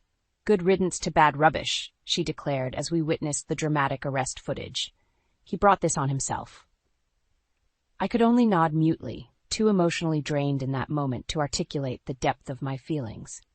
In the days and weeks that followed, the legal fallout from Damon's misdeeds continued to mount. Prosecutors were determined to make an example of him, throwing every charge they could at the proverbial wall to see what would stick. Through it all, Lydia was my rock, shepherding me through the dizzying legal quagmire with her typical bulldog tenacity. Seeing her in her element, carving through the legalese and courtroom theatrics like a hot knife through butter, filled me with an immense sense of pride. This was the Lydia I remembered from her childhood, whip-smart, fiercely principled, and possessed of an unshakable moral compass. Watching her now, I felt a pang of regret for all the years of estrangement that had separated us, a chasm of resentment largely driven by my inability to control her wayward brother. As the dust gradually settled and Damon's imprint on our lives faded, I found myself reevaluating my priorities. So much of my existence had revolved around that black hole of a human being, jumping through hoops in a futile attempt to rein in his toxic, self-destructive impulses. No more. From now on, I vowed to fill that void with the people and pursuits that actually mattered, reconnecting with dear friends, picking up hobbies that had fallen by the wayside, simply appreciating the blessings in my life that had too often been overshadowed. Most importantly, I committed myself to repairing the bond with my daughter, to making up for all those lost years. In the aftermath of Damon's betrayal, Lydia had been my guardian angel, fighting tooth and nail to protect what was rightfully mine. I would be forever grateful. We started small at first, weekly lunch dates, the occasional movie night. But gradually something shifted between us, the froideur melting away to reveal the closeness of our old mother-daughter bond. Just having her in my life again, her warmth and vitality and laughter, was like a salve on the deep, aching wound Damon had left behind. Finally, I was able to breathe again, to feel light and hopeful in a way I hadn't in years. One evening, over glasses of wine, Lydia reached across the table to grasp my hand. Her eyes were uncharacteristically misty as she spoke. "I'm so sorry you had to go through all that hell with Damon, Mom. You didn't deserve any of it." I gave her fingers a squeeze, a lump forming in my own throat. "It's okay, honey. We got through it, together." And in that moment, staring into my daughter's eyes, I knew those words rang truer than she could ever realize. Against all odds, Damon's venomous campaign to tear our family apart had achieved the exact opposite. His actions had opened my eyes to what really mattered and brought Lydia and I closer than ever before. For that alone, as painful as the journey had been, I would be forever grateful. It was just another mundane Monday morning. I sat at my desk, staring at the computer screen, my fingers idly tapping against the keyboard. My eyes kept wandering to the bank statement lying next to me. a nagging feeling tugging at the back of my mind. Something wasn't right. I picked up the statement, scanning the list of transactions once again. A frown creased my forehead as I spotted the discrepancy. A recurring charge for an unfamiliar vendor amounting to a sizable sum each month. It didn't align with any of our typical expenses. "Nolan?" I called out to my husband, who was in the adjacent room. He poked his head through the doorway, his brows raised in question. "What's up, Bree?" I held up the bank statement, my eyes narrowing. "Do you know anything about these charges? They've been happening for a while now, and I can't figure out what they're for." Nolan glanced at the statement, his expression unreadable. He shrugged nonchalantly. "Must have slipped your mind. It's probably some subscription or something." I pursed my lips, unconvinced. "But for this much and for so long, I don't remember signing up for anything like this." He crossed the room, planting a kiss on my forehead. "You know how forgetful you can be sometimes," he said with a chuckle. "Don't worry about it. I'll look into it." His dismissive attitude only fueled my suspicion. I watched as he turned and left the room, a sinking feeling settling in the pit of my stomach. Throughout the day, my mind kept drifting back to the mysterious charges. Nolan's cavalier response did little to assuage my concerns. If anything, it made me more determined to uncover the truth. That evening, as we sat down for dinner, I broached the subject again. "So, did you ever figure out what those charges were for?" Nolan paused mid-bite, his eyes flickering briefly before settling on mine. "Nope, haven't had a chance yet, but I'm sure it's nothing to worry about." His lack of urgency only served to heighten my unease. "Nolan, we're talking about thousands of dollars here. How can you be so blasé about it?" He let out an exasperated sigh. "Brielle, I promise I'll look into it. But you need to trust me on this." Trust. The word hung heavy in the air, its weight pressing down on me. I wanted to trust him. I loved him, after all. But something deep within me refused to let go of the nagging doubt. As the days passed, the mysterious charges continued to appear, and Nolan's promises to investigate remained unfulfilled. The seed of suspicion had been planted, and with each passing day, it took root, growing stronger and more insidious. I knew I couldn't ignore it any longer. I had to get to the bottom of this, no matter where the truth might lead. The days blurred together, each one more strained than the last. Nolan's late nights at the office became more frequent, his excuses growing flimsier with each passing week. The distance between us seemed to widen with every lie that slipped from his lips. "Another late meeting," he muttered one evening as he rushed out the door, his tie askew and his briefcase haphazardly stuffed with papers. I didn't bother responding. What was the point?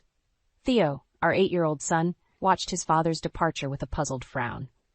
"Mom, why is Dad always working so late?" I forced a smile, ruffling his hair. "He's just been really busy lately, sweetheart. Don't worry about it." But Theo's innocent question stirred something within me. The seeds of doubt that had taken root were now sprouting, their tendrils wrapping around my heart and constricting tighter with each passing day. A few evenings later, as I was tucking Theo into bed, he piped up again. "Mom, who's Cora?" I froze, my heart skipping a beat. "What did you say?" "Cora," he repeated, his brow furrowed. "Dad keeps talking about her at work." A cold chill ran down my spine. Pushing down the rising panic, I managed a strained smile. "I'm sure it's just someone from the office, honey. Nothing to worry about." But as I left Theo's room, my mind was racing. Who was this Cora? And why was Nolan constantly mentioning her name? The next day, I confided in my best friend Elise over coffee. "Am I being paranoid here?" I asked, my voice trembling. "Or is there something going on that I'm missing?" Elise's expression softened with concern. "Bree, you know I love Nolan, but his behavior lately has been sketchy, to say the least. Those late nights, the unexplained charges, it's not looking good." I swallowed hard, my grip tightening around my mug. "And now this Cora woman? What am I supposed to think?" Elise reached across the table, squeezing my hand reassuringly. "Look, I hate to say this, but I've heard rumors around the office about Nolan being seen with another woman." The air seemed to be sucked from my lungs. "You're kidding." She shook her head solemnly. "I wish I were. It could be nothing, but—" Her words trailed off, but the implication hung heavy in the air. Suddenly, everything started to make sense. The late nights, the mysterious charges, the unknown woman's name. A sickening realization washed over me. Could Nolan really be having an affair? A few weeks later, I found myself at a company event hosted by Nolan's firm. I had been dreading the evening, but I knew it was crucial to put on a brave face, at least for the time being. As I mingled with colleagues and their spouses, my eyes constantly scanned the room, searching for any sign of the mysterious Cora. Part of me hoped she was just a figment of my imagination, a misunderstanding blown out of proportion. But deep down I knew the truth was far more sinister. And then, as if summoned by my very thoughts, she appeared. A stunning woman in a form-fitting red dress, her dark hair cascading over her shoulders in perfect waves. She moved through the crowd with an air of confidence, turning heads wherever she went. My heart sank as I watched her approach a group of Nolan's coworkers, exchanging friendly banter and laughing at their jokes. This was her, Cora, the woman who had been occupying so much of my husband's time and thoughts. As if sensing my gaze, she turned and caught my eye. For a moment her expression faltered, a flicker of uncertainty crossing her features. Then, as quickly as it had appeared, it vanished, replaced by a casual smile. She sauntered over to me, her hips swaying with each step. "Hi there," she said, extending her hand. "I'm Cora. You must be one of the wives." I forced a tight-lipped smile, grasping her hand briefly. "Brielle. Nice to meet you." Her eyes widened ever so slightly, but she recovered quickly. "Lovely to meet you too, Brielle. I've heard so much about you." The lie dripped from her lips like honey, sickly sweet and utterly false. Anger bubbled within me, but I kept my composure, nodding politely. "So, Cora," I said, my voice carefully measured, "how do you know my husband?" She laughed, a tinkling sound that set my teeth on edge. "Oh, we've been working on a project together for a while now. Nolan's just the best, always staying late to make sure everything's perfect." My stomach churned at the implication behind her words. So, this was the reason for all those late nights, all those flimsy excuses. Nolan had been spending his time with this woman, this Cora, right under my nose. "That's wonderful," I managed, fighting to keep the sarcasm from seeping into my tone. "He's so dedicated to his work." Cora nodded eagerly, oblivious to the venom laced in my words. "Absolutely. He's been such a great partner to work with." She leaned in conspiratorially, her voice dropping to a hushed whisper. "Between you and me, he's mentioned a few times how his wife doesn't really understand the demands of his job." My hands clenched into fists at my sides, nails digging into my palms. The audacity of this woman standing before me and essentially admitting to her role in my husband's betrayal was almost too much to bear, but I forced myself to remain calm, to play along. For now. I would have my revenge, but it would be calculated, precise. Nolan and his mistress would reap what they had sown, and the consequences would be devastating. The days following the company event were a blur of pain and anger. I could barely look at Nolan without feeling a surge of white-hot rage coursing through my veins. The man I had loved, the man I had trusted, had betrayed me in the cruelest way imaginable. I knew I needed to confront him, to finally bring this sordid affair into the light. But I also knew I couldn't do it blindly. I needed proof, evidence to back up my accusations. That's when I reached out to a private investigator, a discreet professional recommended by a friend. Within days, he had compiled a dossier of damning information. Photographs of Nolan and Cora together, receipts for lavish dinners and hotel stays, even records of suspicious financial transactions. Armed with this arsenal of evidence, I summoned Nolan home early one evening, my hands trembling as I laid out the incriminating materials on the kitchen table. When he walked through the door, his brow furrowed at the sight before him. "Bree, what's going on?" I took a deep breath, steadying myself. "You know exactly what's going on, Nolan. Or should I say, you and Cora know what's going on." His face paled, his eyes flickering towards the damning evidence. I don't know what you're talking about. Don't insult my intelligence," I snapped, my voice rising. "I have proof of your affair. The late nights, the unexplained expenses, the cozy dinners and hotel trysts. It's all right here." Nolan's shoulders slumped, and he sank into a chair, burying his face in his hands. "Brielle, I'm so sorry." "Sorry?" I scoffed, shaking my head in disbelief. "You're sorry? That's all you have to say after betraying me, after lying to me for who knows how long?" He looked up at me, his eyes pleading. "It's not that simple. We grew apart, Bree. You were always so focused on your work and I felt neglected. Cora, she made me feel appreciated again. My hands clenched into fists at my sides. So what? That justifies cheating on me. Lying to me, to our son? Nolan's gaze dropped, shame etched across his features. No, of course not. I know I've made a terrible mistake, but I want to make things right, Bree. I still love you. I laughed bitterly, the sound harsh and grating. Love me? You have a twisted way of showing it, Nolan. As I stared at the man before me, the one I had once trusted implicitly, I felt a steely resolve settle over me. This was not the end, not by a long shot. Nolan would pay for his betrayal, for the pain and humiliation he had inflicted upon me and our family. And I would be the one to make him suffer the consequences of his actions. In the days following my confrontation with Nolan, a cold determination settled over me. I would not be the scorned wife, meekly accepting his betrayal and moving on. No, Nolan would face the full consequences of his actions, and I would be the one to ensure it happened. My first step was to consult with a lawyer, a shark in a tailored suit, recommended by a friend who had gone through an ugly divorce herself. As I laid out the evidence of Nolan's affair and financial misdeeds, her eyes gleamed with a predatory hunger. We're going to bleed him dry, she assured me, a savage grin spreading across her face. He won't know what hit him. With her guidance, I began meticulously documenting every transaction, every shred of proof that could be used against Nolan. Late nights were spent poring over bank statements and credit card bills, tracking the money he had funneled away to support his dalliances with Cora. Nolan, oblivious to the storm brewing, continued with his routine, working late, spinning his lies, and no doubt reassuring his mistress that everything would be fine. Little did he know, the ground was crumbling beneath his feet. In the meantime, I took steps to protect myself and Theo. Quietly, I began siphoning funds into a separate account, squirreling away a nest egg for when the inevitable fallout occurred. I knew Nolan would try to retaliate, to punish me for exposing his deceit, but I would be ready. Elise, my ever-loyal friend, was a constant source of support during this time. Over coffee and tear-stained tissues, she listened as I poured out my rage and anguish, offering a steady shoulder to lean on. "You're doing the right thing, Bree," she assured me, her eyes fierce with determination. "That bastard deserves everything that's coming to him." With each passing day, my resolve only grew stronger. I was a woman possessed, driven by a burning desire for justice and retribution.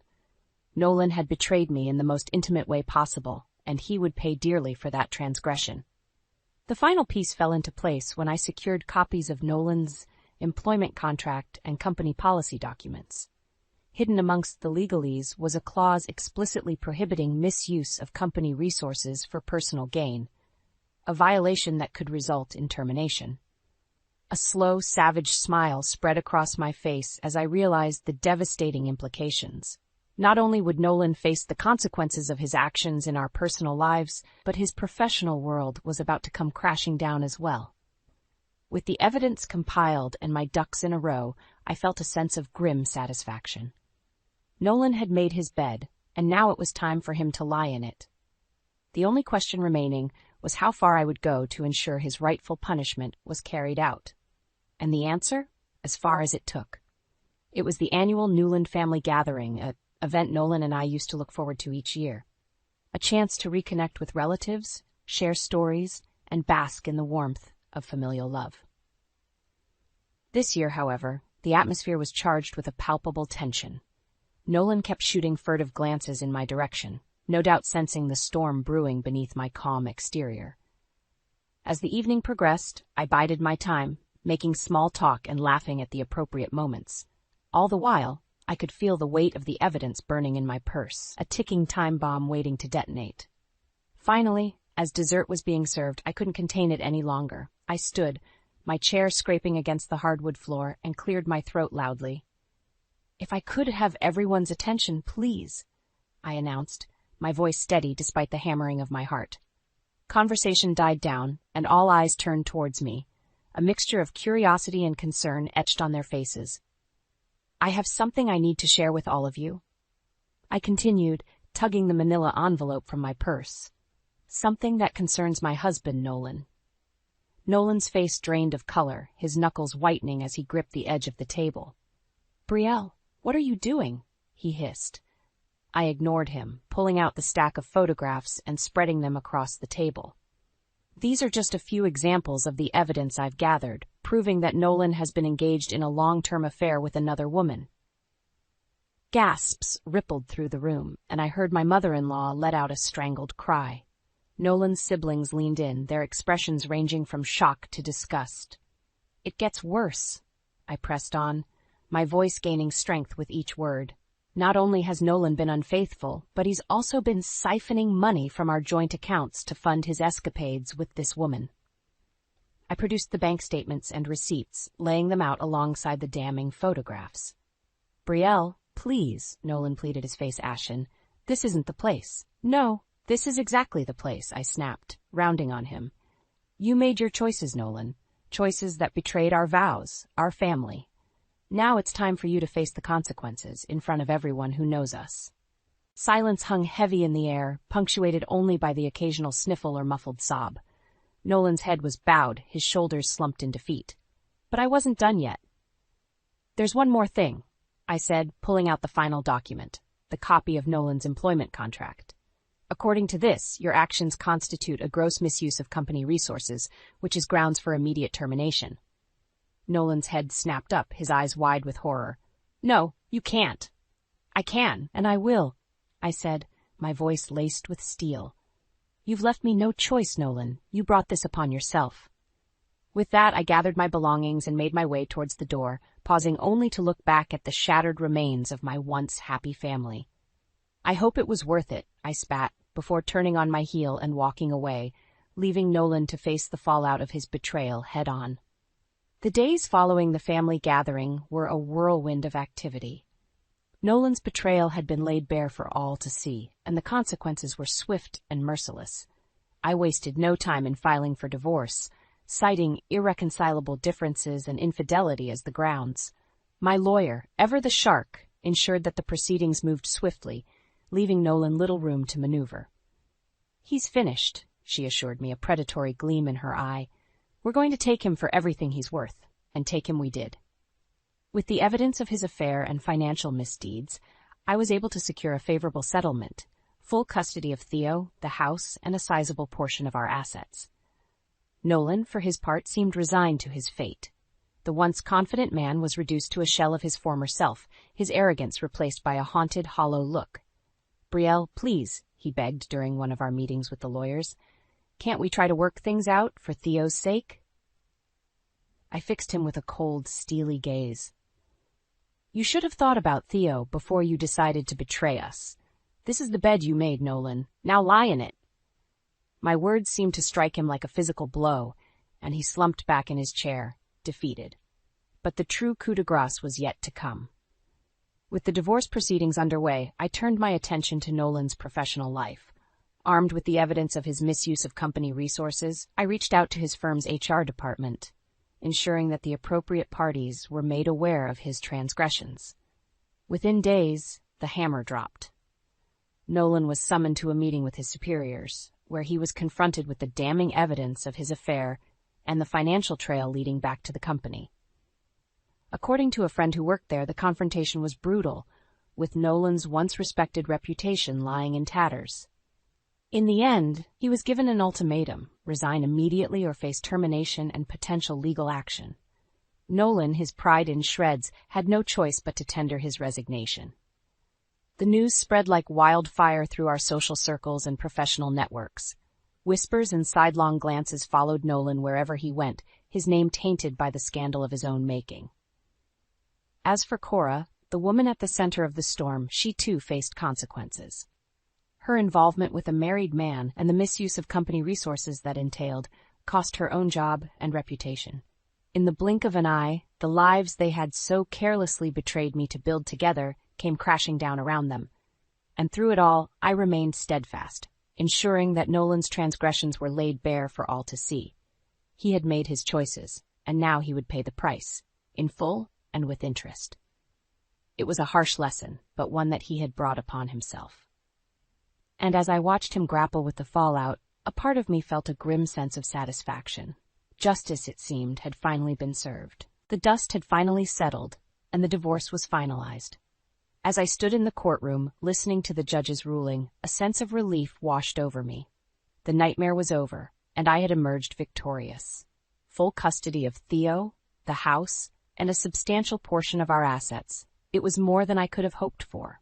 Nolan, on the other hand, was left with little more than the tattered remnants of his once promising career and a mountain of debt. As we exited the courthouse, Elise was waiting for me, her face beaming with pride. "You did it, Bree," she exclaimed, pulling me into a tight embrace. "That bastard got exactly what he deserved." I nodded, my throat tightening with emotion. It's over, finally. In the weeks that followed, I focused on rebuilding my life, piece by piece. With Nolan's financial support, I was able to quit my job and take some much-needed time off, allowing me to be there for Theo in a way I hadn't been able to before. My son, bless his heart, seemed to be handling the upheaval remarkably well. He was too young to fully grasp the complexities of what had transpired, but he knew that his father's absence was a result of his own actions. "Daddy made some bad choices," he said to me one day, his brow furrowed in childlike contemplation. "But you're here for me, Mom. That's what matters." Those words, spoken with such innocent wisdom, filled me with a sense of pride and determination. I had fought tooth and nail to protect my family, to ensure that Nolan's betrayal didn't rob Theo of the stability and love he deserved. And now, as I looked towards the future, I saw a world of possibilities opening up before us. With the financial settlement and the weight of Nolan's betrayal lifted from my shoulders, I felt a newfound sense of freedom, a liberation from the shackles of my past. No longer was I the dutiful wife, blindly trusting and turning a blind eye to the harsh realities around me. I was a survivor, a fighter, a woman who had stared down adversity and emerged stronger for it. In the months that followed, I secured a new job, one that allowed me the flexibility to be present for Theo while still pursuing my own ambitions. It was a fresh start, a clean slate, and I embraced it wholeheartedly. As for Nolan, his life had crumbled around him, the consequences of his actions too severe to brush aside. From what I heard through the grapevine, he had been forced to take a menial job, his once promising career in ruins. Cora, too, had disappeared from the picture, her own reputation tarnished by the scandal. A part of me felt a twinge of pity for them, but it was quickly overshadowed by a sense of vindication. They had made their choices, and now they were living with the fallout. As I looked back on the tumultuous journey that had brought me to this point, I realized that I had emerged not just victorious, but transformed. The naive, trusting woman I had once been was gone, replaced by a fierce, self-assured version of myself. I was no longer a victim, but a survivor, a role model for my son and a testament to the power of perseverance in the face of adversity. And as I looked towards the future, I knew that no matter what challenges lay ahead, I would face them head-on, armed with the strength and resilience that had carried me through my darkest days. The path ahead was uncertain, but one thing was clear. I was in control of my own destiny, and nothing would ever shake that foundation again.